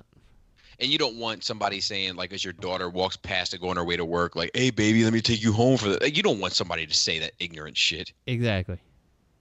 But at the same time, you want your daughter to be held responsible and accountable for her decisions, and you also want to give her the proper kind of home training to hopefully give her the tools to make responsible decisions regarding choice. Exactly, and that's the fucking humanity key that I feel like is missing from the kind of general narrative of today. Mm-hmm. Yeah, there's a lot of people. There's a lot of men that get their lives ruined that were falsely accused and a lot of women, and a lot of women. No, and correct. It's fair. And their lives ruined from men making irresponsible. Exactly. Right. There's been a lot more of that. But I think if a woman is falsely accused a guy and gets charged for it, I think they should get the same amount that he would have got.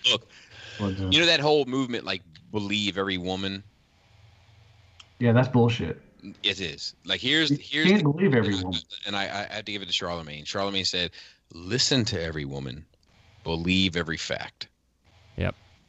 In any accusation from anyone about anything, you have to look at the evidence. And the problem with the cases of sexual assault or abuse is there's usually no witnesses and there's usually no evidence. That's the problem. And we've turned it into a like male female thing, and it's really not.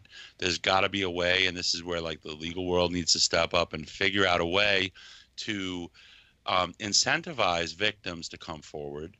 You know, you don't always have to have an answer to understand what the issue is. You know, the issue is figuring out a way to incentivize victims to come forward without, you know, also like scaring away victims from coming forward. I know it sounds correct. Weird. No. That's a big problem too. And also without, like, you know, falsely accusing people of things, you know, and I think the media's got a responsibility because, you know, if a story is hot, they're going to run it and it becomes tried in the court of public opinion. Yeah, the guy's already, this guy, Robert, is talking my language. It's not about guys. It's not about girls, because it could be a boy. It could be a girl. It's a red herring when you look at the gender, because there's so many emotional and visceral things that come out of that, you know. And if it's, you look at it cold, like as a point of evidence, and you know, I think the legal community really has a burden to come forward academically and try to figure out a system to put into place, you know. And I don't know that answer right now. You know, I don't think anyone does. I think we're all kind of learning our ways. But that's why I would advise my son the same way. If I was Justin, I would advise Ryan. Because like if I get Joey to come in here and be like, "Hey, me and Christina are about to go into this room. Christina, okay? Can you tell Joey that it's okay?" Can I get your signature on this and your initials? Yeah, no signature, just like so Joey can stay in on trial. Like, I know it's crazy, why does Joey have the video camera? Like, believe me, not to record anything, but that you give me consent. He's gonna back out of the room. There's so many angles to all that. There's so many ways to flip the coin. A girl that gets attacked by multiple guys, and that's of course she's afraid to come forward. Look, right is right and wrong is wrong. Of course, hurting a woman, like there was a time in my life, you know, I had a very complex relationship with my mother, where it has greatly affected my view in dealings with women throughout my life. But there was a time where I was like, look, if you want to be treated like a man, I'm gonna treat you like a man. And I would talk that shit, but I know in my heart I couldn't hurt a girl. Mm-hmm. And I know that also at the same time is sexist by today's standards. I get it. It's like, but is it because you think of it this way though? People who feel that way, is it because you are feeling a special way towards women, or maybe you look at a male, like, you know, a male person in that situation as less of a person that you can hurt? No, no. It's I know what you're getting at, but I'm going to help drive your point home. This is your point. It's the same thing. So my wife, if my wife comes home right now and is like, look, my mother-in-law is going to move in, I'm going to feel like fucking my wife up because of the relationship between that. And if and if I chose to make that decision to hurt my wife physically, it would be brutal. She beats the shit out of you. Because she's not prepared to deal with that. But your wife would. Wait, Rob. Let me make this one point, and then you can go crazy. In the same way that if 120-pound man that was 4'3" decided to come at me away, I would. He may be a master of jiu-jitsu and be able to kick my. I don't know, but let's just say he's not. Let's just say he's a regular guy. Who? Just a guy, 4'3"? I'm going to be able to inflict the same amount of harm upon that person. But for me to do that is fundamentally wrong, because there's no merit to it. There's no challenge to it. There's no gamble to it. And it's the same thing with the woman. So it's not gender specific. It's physics specific. Right. Yeah. You should only use the force required. Exactly, because anything else is being a bully, for lack of a better term, like hurting a person that is far weaker than you. Yeah. And that's not the person I want to fight. I want to fight the person who's like, let's see where this goes. I mean, me personally. Planet X Deathsaurus. All right. Let's move on. I feel like this is fucking good talk. This is the we can still talk about it. Calm down. Hey, relax. I'm sorry. I'm getting passionate, but I just feel like this is the conversations. Well, come on. This is the hard. No. I'm ready to move on. I'm just saying that, like, this is the conversations that make Shadowcast what it is. It's fucking. I don't know. I'm really enjoying this conversation. Continue. You know what I used to do when I worked in a bagel store? I was the deli master. You did not work in a bagel store. I sure did all throughout college. A bagel store. I was Big Bob the deli. Was it the best one in Brooklyn? It really was. Oh, okay. All right. A&M Bagels off of Avenue N and Ralph. Salty ass ones, man. Pick that name up off the floor or what? They were so good. But I used to fuck a people. I used to fuck a people sandwiches all the time because I was a deli guy. And, like, gross. Somebody make a sandwich and like they make a ham sandwich and I put Sanka in it, or like somebody would put a drink down, I'd put palm olive in it. I had one guy blowing bubbles in the sink. I had one guy, he took his drink, he took like a Nestle's Quick that I poured all this salt in, and he took it down to the basement to do the stock, and like 5 seconds later it comes running up and throwing up all over the sidewalk. And this guy became a lawyer. Yeah. Probably to defend himself from lawsuits. Oh, man. So Deathsaurus, yippity-doo. Yeah, I mean, How would you get this over the MMC? That's the question, and I've heard people say that this one is more accurate. I haven't looked close enough. Here's the bottom line with me on this. I don't have any interest in this character, but if I did, I'm too biased. I'm too biased. You want DZF? Are you Tobias? Lenny is my guy. I'm Tobias. Tobias is my guy also. I am Tobias. That is the show name. I am Tobias. But Lenny is my guy, and the MMC one is named DZF. If I'm getting a Deathsaurus, it's 100,000,000,000% going to be DZF. That's not a knock on this. I want my box signed by Lenny too. Correct. I told Lenny there's a. I don't want to get too into the woods in this, but yeah, you do. I don't have any interest in owning this character. If I did, it would only be because the box was signed by Lenny. That's it. Nice. I just want the box. I don't want the figure. I just want the box signed. I'm gonna pay to ship mine to Lenny to have him sign it. Of course, it'd be probably cheaper just to fold up what part of the box you want signed and send that, but you know. Fooling his money, as they say. Exactly. Are you doing the box art on that, Bob? Next question. Magic Square MS01. What's a server error? Server error. They've canceled production. Which one is this? This is the. It's the Prime. the MP Prime. Okay. To be honest, it doesn't look bad. If that isn't Greg working behind the scenes, am I right? I don't know. Yeah, I'm just kidding.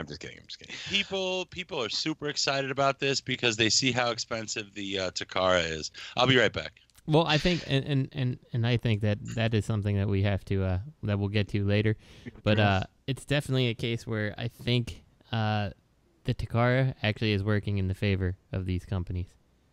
So pushing off the dude, I completely agree. Like I do too. And I gotta be honest with you. Please be honest. I'm not sure which one looks better. The Takara. Between the Magic Square and the Takara, or the Transformer Element? The Magic Square and the Takara. I tend to agree. Now, I can tell you which one looks more cartoon accurate from the Sunbow chart. It's the Takara. It's the Takara. Because it's skinny? Because the Magic Square is kind of... Because it's skinny and it's long-legged. It's long-legged. However, I'm not sure if that's what looks best. And that's completely subjective, but that's my point of view. So I like where the Takara one went, but I've hated it from the beginning, and I still hate it, and nothing has made it any better. All the like odd panels all over the place just kill me. And then I look at this Magic Square one, I'm like, he's pretty damn close to the Sunbow, like probably not 100% accurate, but like, you know, he's not rocking a bunch of like weird panely joints that are right on the front of his chest, you know, or like his shoulders look like they're, you know, put together enough that, you know, it doesn't look like it's going to fall apart when I try to move it. Yeah. I don't know. But you hit the head on the nail. Well, I certainly did. Yeah. Well, I mean, as far as pushing, you know, because the price is $120. Of what? Magic Square or Transfer Element? Magic Square is $120. Are you eating? I was eating some mac and cheese that I made. Gotcha. Old style mac and Shells and cheese. cheese or just mac and cheese? We're talking mac and cheese made with the roux and the mirepoix and the sharp cheddar. Is it fucking with the Skullfest mac and cheese? No, that's special. That's different. That shit goes like, you know, 5 people in, it's already gone. That went on a hot dog. That's how good that is. But the Magic Square, I think, like Justin said, that, you know, a lot of people are gonna go to this because it's only $120, and it looks, it's fine. That's so I'm looking at their little video here. Like they even have like replacement windows that can go inside to make it look shattered. Like I mean, the rest of the body's not beaten up very much, but I mean, it is kind of cool to have some kind of battle damage. Takara's come with the battle damage face and chest plate. I think the price of Takara is going to be influencing a lot of people's opinions. So, but you know, it might be selling me. You're talking about a 1/4 statue. Yeah, but you know, it might be. You gotta relax. You know, it might be selling me on a Takara. What's that? Is that it comes with a Starscream? You have too much money to the Starscream add-on kit. I love that. I love that part too. I would display him with my Decepticons. I am. I'm looking at this video. Oh man, that's pretty awesome. So is I wonder with the Starscream, is the Starscream going to go over the Optimus head, and that's going to be like a fat head?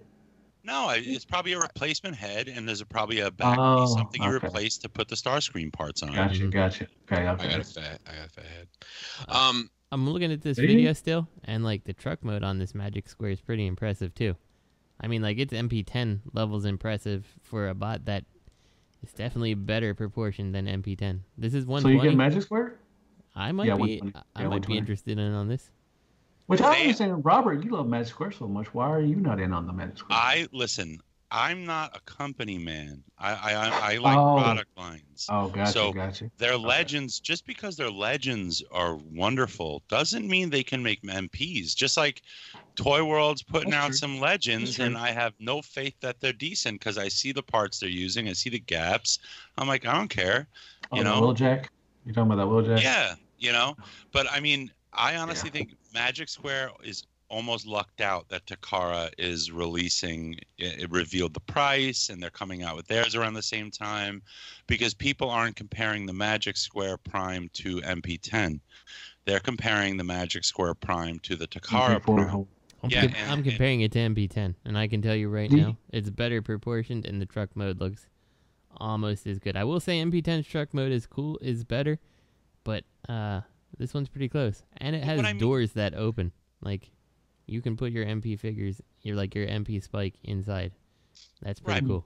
What I mean is, though, like, if there is no other MP Prime other than MP10, I think that people would be less inclined to then buy the Magic Square and switch out. Or it's not necessarily an upgrade. It is in some ways, but the MP44 is so different, and people have problems. The Magic Square one is cleaner. You know, I don't know. I can't imagine people are going to buy both. I can't imagine. Yeah, it's got a stomach on them. It looks like it will fuck you up. I just can't imagine people are You buying don't want to both. go down a dark alley with that guy. I just can't imagine anyone or many people that will buy both MP44 and the Magic Square. I think you're going to have two camps. Oh, no. I'm going to tell you, if that Magic Square is painted, that's where I'm headed. Mm-hmm. I'm very interested in this Magic Square one. The knees are bad. They look weird. Agreed, but I'm not going to have him on his knees. He's Optimus fucking Prime. Mm-hmm. You know? And even if I did have him on his knees, on bended knee. On bended knee. What if he's made out of that soft plastic? See, so I've literally thought about that. I've literally thought about the, what like challenges. Magic Square. Yes, exactly. Okay. What challenge that would create for a display. But here's the thing: if I was to have him on bended knee, which I wouldn't. Is that right? Is that worth $300? Mm-hmm. What about? Well, is that wait? Are you saying imagine there's no MP10? No, not MP10. Fuck MP10. Whoa. I think that both of these options look better than MP10. Well, I don't know. MP10 doesn't have a funny crotch flap.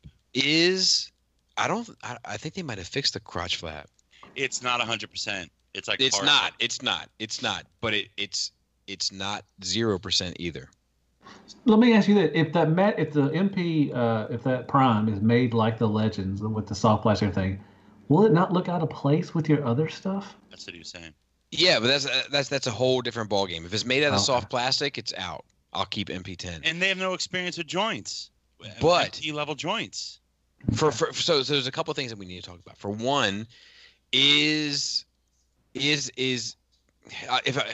if I were to display the knee joints, are the knee joints worth $300? Like, let me ask you that. Do you think that the knee joints alone are worth $300? And if you do, that's a trick question right there. That's a loaded question. I'll tell you what. Matt, Bobby. Wait. No, it's a loaded question. You can't. Don't do that. All right, you gotta stop it off at 17 seconds. This is me thinking about MP10. That's a bullshit question. So. Okay, you gotta turn it off. Hold on, wait. Bobby, ask me why is that a bullshit question? Tell me.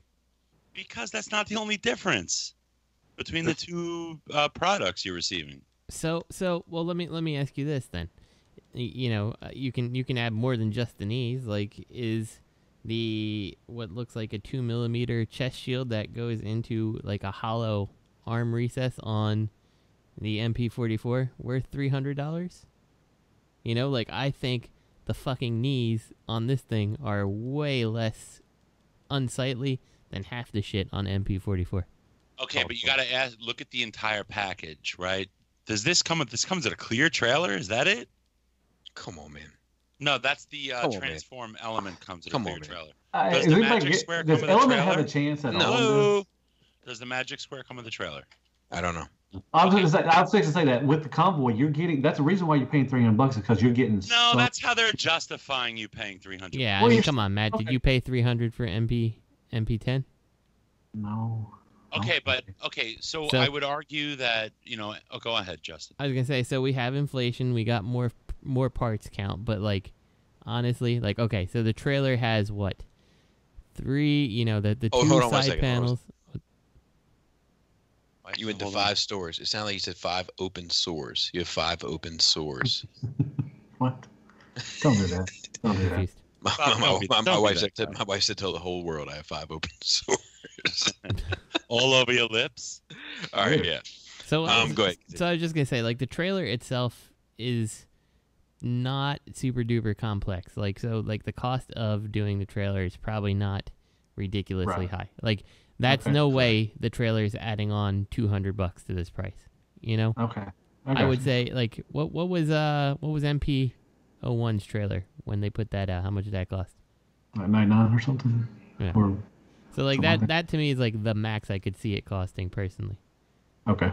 So I don't think that's the case. So you're tying it all up in articulation. Are you displaying it in alt mode? Yeah. I understand what you're saying. You know what I mean? Like I understand it's obviously an incentive to have, but like, if I get an updated Prime, I'm not displaying it in alt mode. Mm-hmm. You know what I'm displaying in alt mode? The one that's not good enough anymore.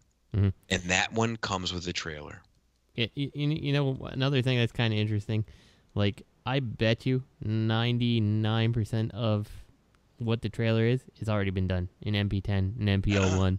You know, it's like we just need to make a different connector and maybe scale things a little different for, you know, however tall it needs to be to connect to his legs in truck mode. Oh, okay, but Justin, my MP10 was $129. Okay. Why the fuck is Magic Square $120? Because they're not Takara. They don't own the factory. Unless you know that they do. I mean, you are Takara doesn't own the factory either. You are making the same. You are making the same. Factory? Really? They don't? I don't know. I would assume they would. And if they don't, then at least they're producing in a volume that they're getting probably better discounts than Magic Square is getting for producing things. Well, then why do we justify high price points for Takara? Because it's official, because of value of trademark, because the Pokemon license is in the trash. So MP10, they can charge a lot of money. They're charging extra money because it's official, right? They're not charging a discount. I think they're charging extra money because that Pokemon license is very expensive. I mean, look, when they made MP10 and they charge $129 for it. That was 2. Try a third time. No. I'm not even trying to joke.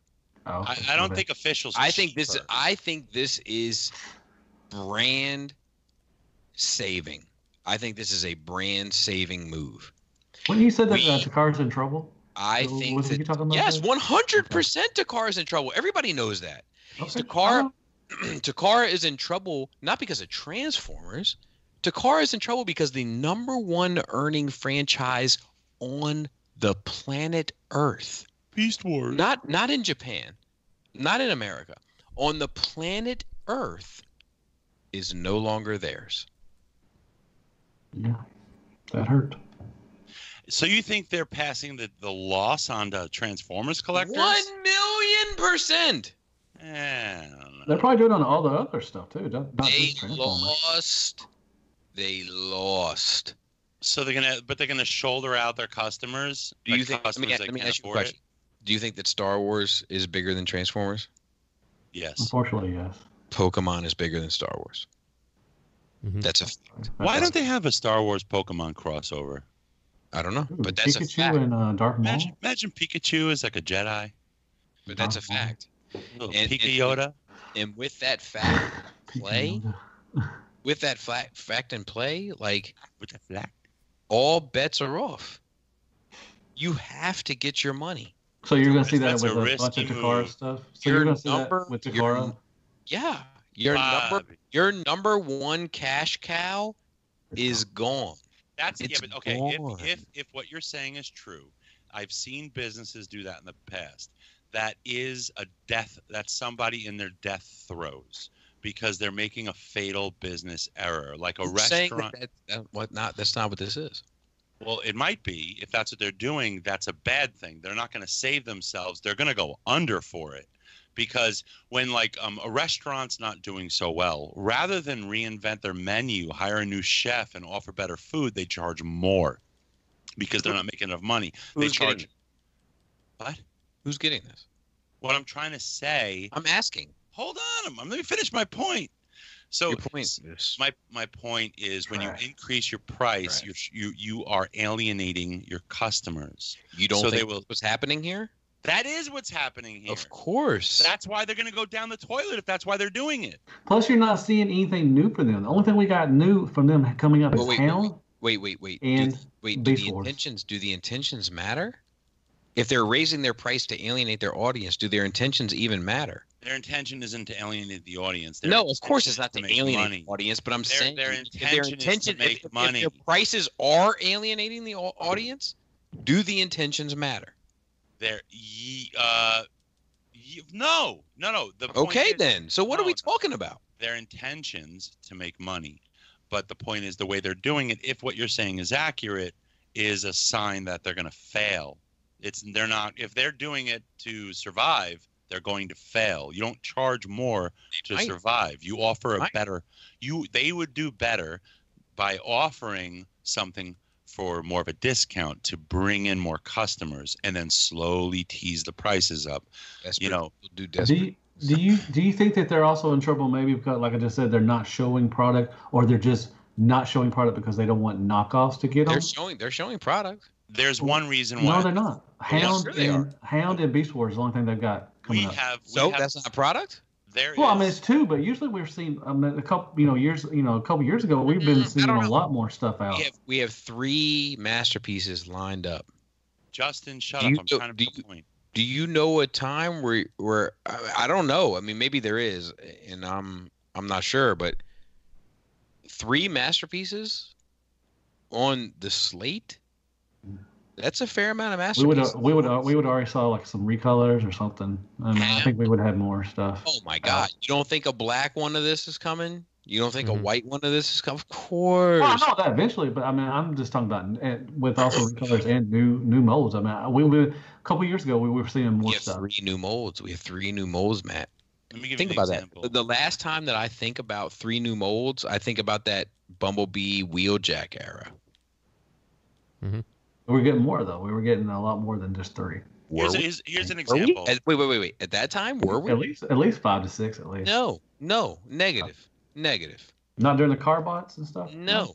Matt, don't listen to him. He thinks that fucking X Manus is 2 inches short. Don't listen to him. When we had Wheeljack and Bumblebee coming, it was a big deal that we had 2 coming. Mm-hmm. Those were the days. Remember those days? Remember how excited we were? Of course. So, that was a big deal. We had 2 masterpieces. Two, Matt. We had 2 coming at once. Can you just put the cab down for 1 second? No, you're not. We had 2, and we had recolors going on and stuff and everything. So correct. And now we have 3. So I don't see the lapse. The only thing I really see is that our prices have gone up, and the Beast Wars Megatron is going to be a huge figure, without a doubt. This guy's going to be MP10 size. I don't know. I don't. What did MP Megatron he's go 6.5 inches tall. It's been confirmed on TFW. MP Megatron G1. Yeah, the more recent one, the more recent one. What, 250? Is it 250? Okay. Yeah, 250. So like to me, I paid $180 for mine. Yeah, and I've seen them online for like 150. But that I don't know if that secondary market might be, but it doesn't matter. But the point I'm trying to make is like this prime should have been like 300 tops. You $50 for the trailer, and the other $250 matches the Megatron, who has these increased parts counts too. I would go electronics too. I would go out on a limb and say 350 tops. Hold on.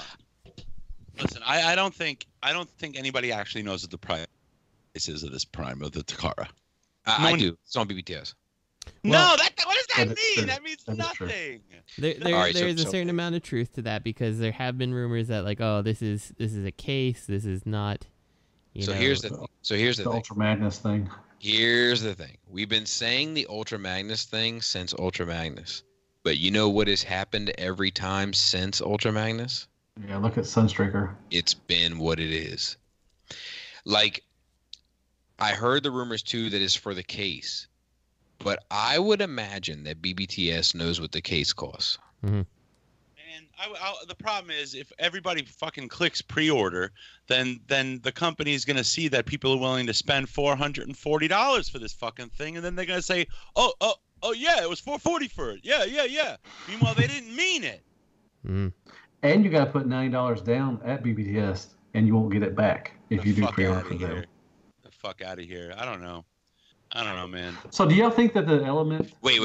Robert, you don't think this is going to cost $450 in United States retail? What I'm trying to say is, no, I'm asking yes or no, yes or no, and then we can move on. Under the circumstances, No, wait. Get to your circumstances after you answer yes or no to this. Yes. Okay. The reason being, I think it's a self-fulfilling prophecy because of the hype train, because they listed it that they can see how many pre-orders they get at that price, and then Takara can go, oh yeah, it's 50,000 yen. Yeah, that's the ticket. Meanwhile, it was supposed to be 25,000 yen. But why would they say, no, give us half the money you were willing to pay us? You understand? I understand. Do you get me? But I don't think that's what they're doing. I don't think that Takara is sitting there saying, let's see what the United States guys are willing to pay. No, but if they all of a sudden get all this feedback showing we have 5,000 pre-orders listed at 440, they're going to say, oh, yeah, it's 440. I don't think that's what's happening. And I don't think that's their business model. Okay. If Megatron was... you can't base it on the markup. See, I understand in America we are looking at the markup price here, but it's a company there that sells it, right? And here there's a markup. But look at what they're charging for the units. So if Megatron is below 200, why would Prime be more than double that? Why would Prime be, 150% more on their end? I don't think it would be. I think this is the fucking price. But that's what I'm saying. If Megatron is below 200, why would they charge double that for Prime? Because I think they're adjusting. Prime's a bigger seller? I think they're so many contributing factors. The character, their business laws. Overseas love Autobots. Supply and demand. You can't justify increasing your prices because you're not doing well in your business. Of course you can. That's a failed perspective. How many businesses have you owned?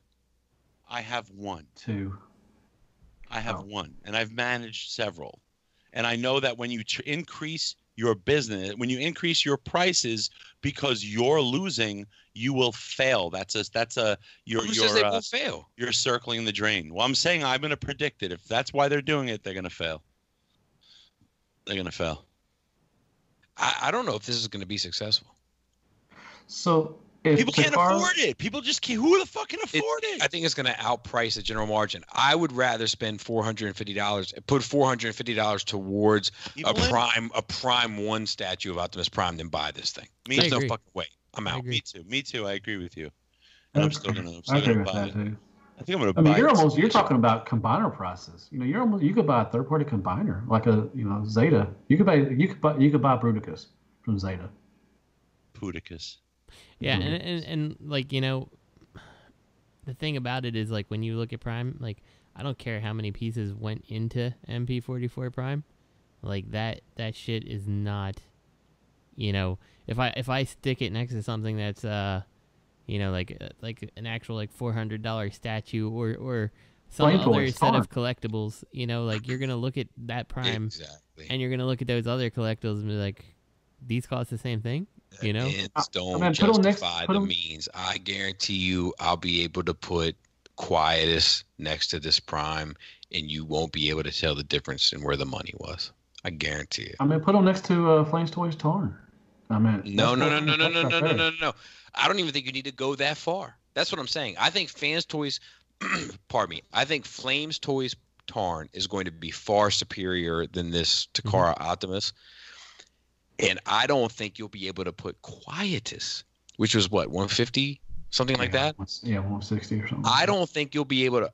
I'm going to do this. Just remind me, Robert, if somebody sends me this Optimus. I'm going to get a number of strangers to pick up Takara V3 at 450 and Fans Toys Quietus and ask them which one they think costs more, and we'll see the results. Yeah, here's the deal. Quietus transforming into that spaceship is more of a feat of engineering than Prime transforming into a truck. Agreed. And the fact that that he has to have so many lines in him just to be articulated and transforming into a box truck is bullshit. Agreed. At that price point, he should look clean, really clean, spotless. Yep, that's crazy money. And it should take me out to dinner. I'm not coming from a place of I can't afford it, so I'm hating on it. Does I'm not hating it at all. I think it looks great. But I feel like an asshole buying it. I feel like I'm not a fucking spending asshole. Are you out of your fucking mind? Uh-oh. You know how many reviews I gotta do? I'm not spending $450 on this fucking thing. Robert, I can spend $450 for dummies this week. I can spend $450 on something that will actually make a fucking impact in my collection. You think I'm going to spend it on this? No. Oh, speaking of which, Frick, I promised G Money that I'd do a shout out to ROC. What is it called? The Breaking the Mold?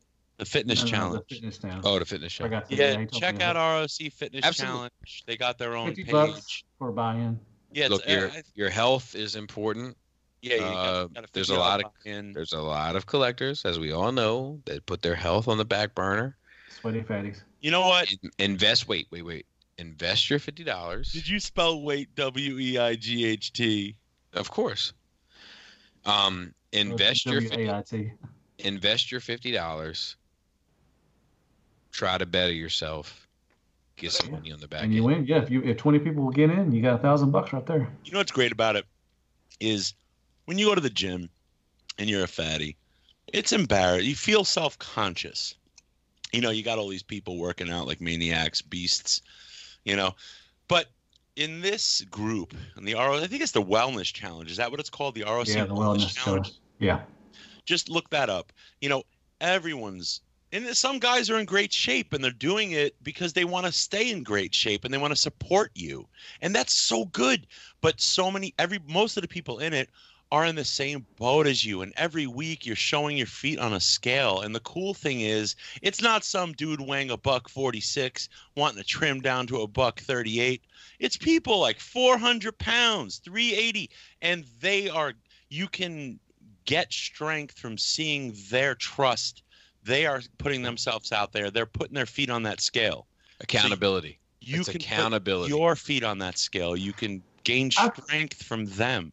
And when you see Matt's feet crack his scale, you don't feel bad about yourself anymore. No, Matt's been doing some kick-ass work. I don't know. No. I haven't heard from Matt in 3 weeks about it. And I think that silence is deafening. I'm doing good. No, I'm fine. I'm doing fine. You've been eating right, Matt? You've been eating right, Matt? Yeah, I've been eating right. I've been fine. I mean, I have my cheat day. That's what I have, and then I go on. Good. I think that people, like you said, they're self-conscious going to the gym. I think that most people that see people, big people like me or other people, think that hey, at least they're here. At least they're trying. They're not out there eating McDonald's and all that stuff. They're trying. So is it a monthly weigh-in or a weekly weigh-in? It's a weekly. No, it might be a buy. I think it needs to be a weekly weigh-in because then you have no room to fuck around. If it's a weekly weigh-in, if you're doing it right, I think it's a bi-monthly. I think that's a mistake. I think it should be weekly because if you're working out, you should be weighing yourself every week, and if you're sticking to it, you account for it. If a week, because you do swing. But if a week goes by and you didn't lose a pound, you are doing something wrong. And it's good to step up because everybody else in the group should come together and be like, "Well, what are you eating? What did you eat this week?" You're not doing something wrong all the time. Don't say that. You could gain muscle also. So. And also, just because you gain a pound don't mean you're doing something. Well, but that's the point, though. Then you can cause a discussion, and people can say, well, what have you been eating? Right. I've been eating well. You got to be honest because you're with your brothers, and if you eat like shit, you got to be honest. That's another thing that I think the realm really offers, especially in scenarios like that, is a sense of brotherhood. And, of course, everybody's trying to win the money. You feel better about yourself. Of course, but beneath that, everybody knows that the chances of them winning the money are less and less the more people that contribute. So the underlying objective is just for everybody to be better. Yeah.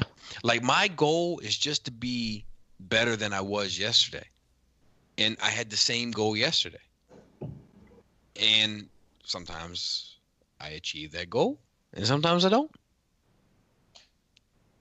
Let's look at the wellness challenge. Every morning, you got to pick yourself up by your bootstraps, and let yesterday go, whether it was good or bad. Period. So, agree. Do y'all think the transform element has any chance of making a splash? I do, and I suspect it might be better than Magic Square. I don't know, man.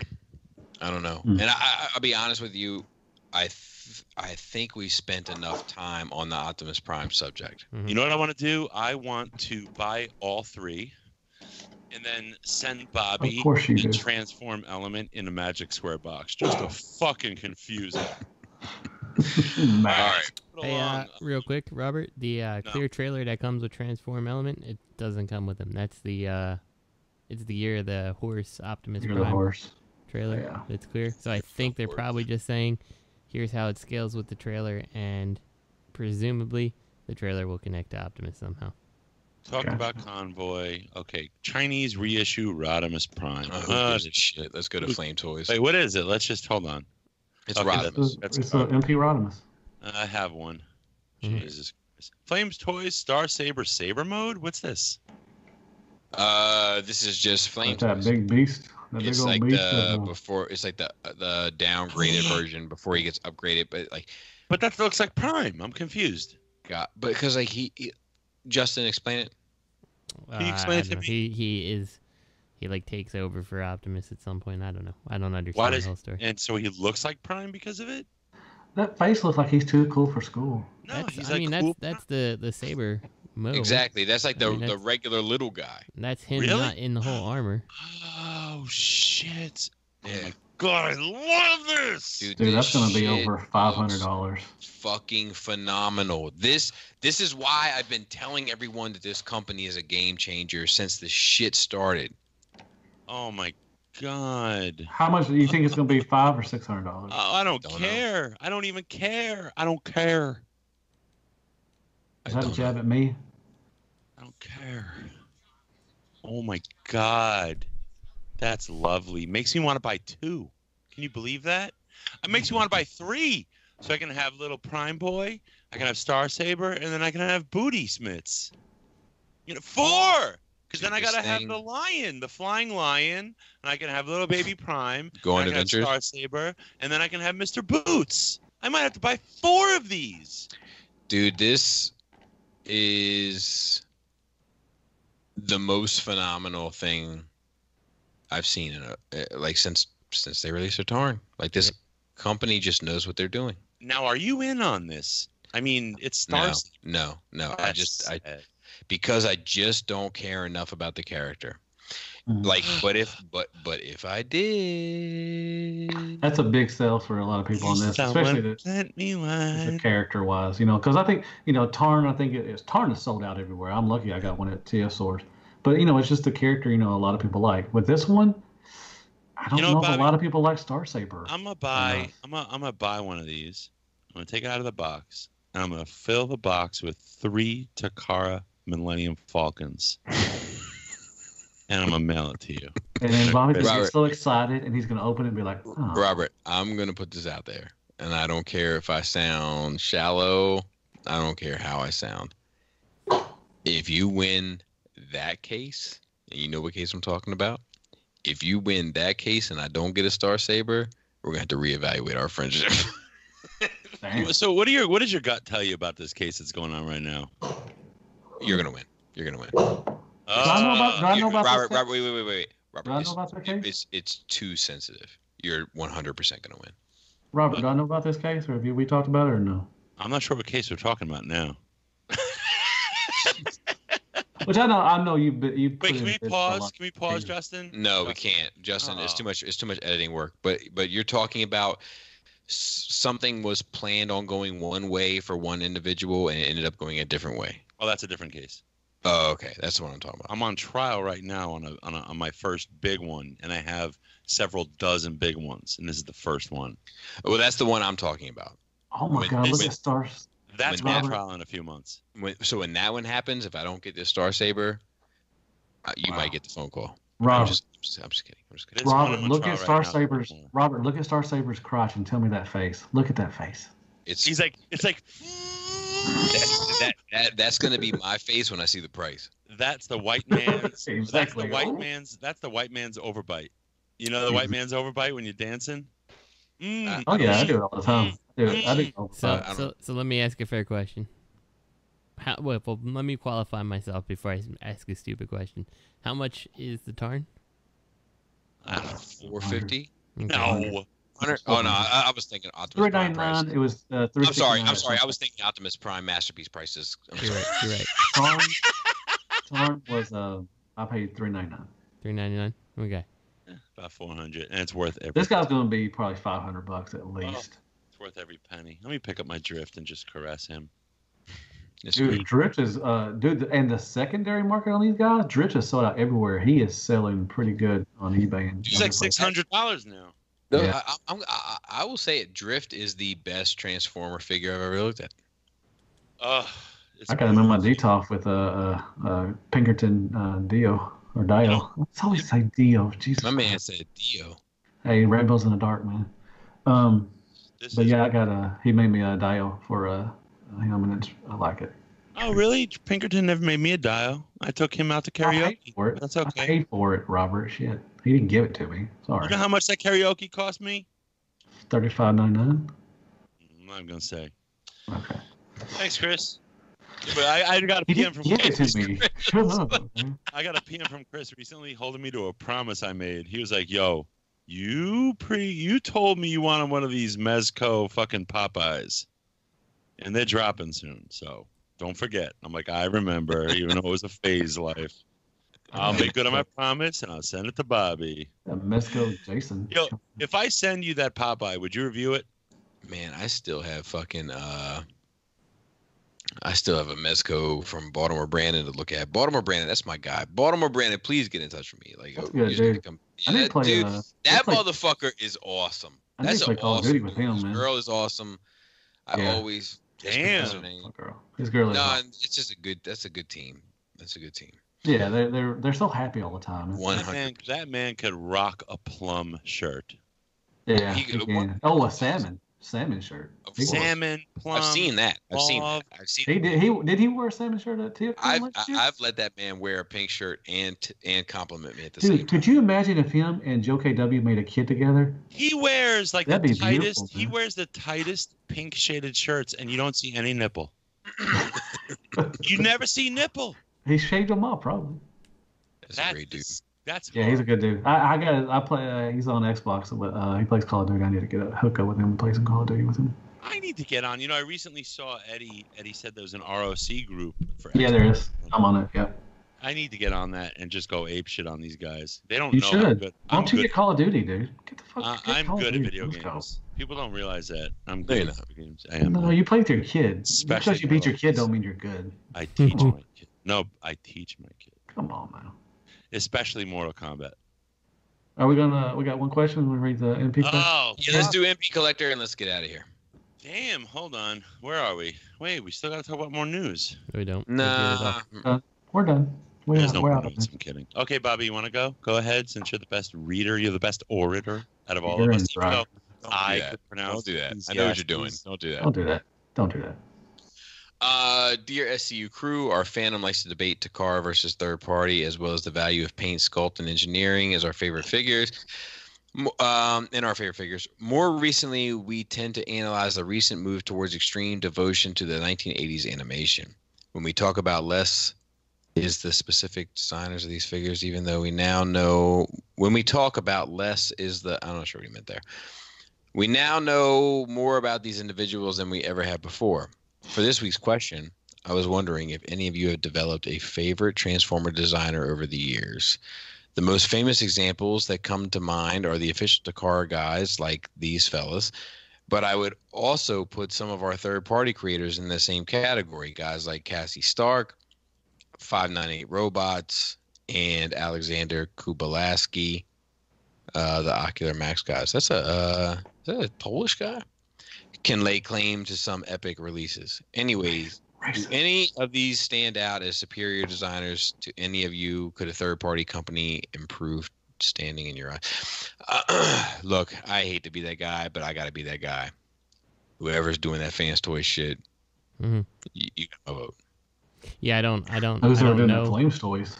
I know some of the designers, like I know the Takara ones and stuff, but like I don't keep track of designers. I keep track of products that are good mostly. So yeah, I'm in that same boat. I have a small question to follow up his question after, Is it if teeny, we have time. Teeny tiny? For just a second. Of course. But I mean, Robert still needs to answer, so leave it for Robert. I think Robert left. He's big. I would say There he is. whoever it was that designed SXS Blur. Awesome figure. I want to know who that is. I guess Alexander Kubalski. I love him for Backdraft. Cassie Stark. Cassie Sark. I thought it was Stark. Sark. Is that the guy for MMC? Like I thought there was some. Yeah, he's the guy. He's the guy. Some chick that did a bunch of them. He's the guy behind Unrustables and a lot of the. Anytime you see that thigh cover move to the side, that's him. I'm on the fence about Mr. Sark. 598. I don't know what to lay at his feet to blame, or to what to praise him for. I don't know how much of the problems we've seen with his figures are his fault. The new stuff is it? If he does the new stuff, I think aesthetically, I think 598 deserves tremendous praise. The stuff he's put out aesthetically, right? You really can only give the designer the aesthetics and the transformation. This dude loves Ocular Max. No, that's 598. That's X Transbots. I mean, when it comes to a designer, I believe it's two things you can lay at the designer's feet. It's transformation, tolerances, right? If they're giving the dimensions of the parts and just aesthetics, 598 stuff is truly beautiful. And also if Kubalski is Ocular Max, I love him for Backdraft and Sphinx. I also really love the what do you call it? The ORV. What's his name? Ollie? No, the freaking the fucking Shield guy. What the hell's his name? Force Shield man. Trailbreaker. I like that figure a lot. I feel like Bobby shat on it, so therefore I did not. But MMC. It's like okay. Now, what do you hold? How much of Cassie Sark's design is true to himself versus pressure from the company that says we want a figure to have remold, re-release value. So give us an amalgamation of all of these characters. So look, guy's got to eat, so he's got to make it for them. But do you wonder whether as an artist, as Bobby would know,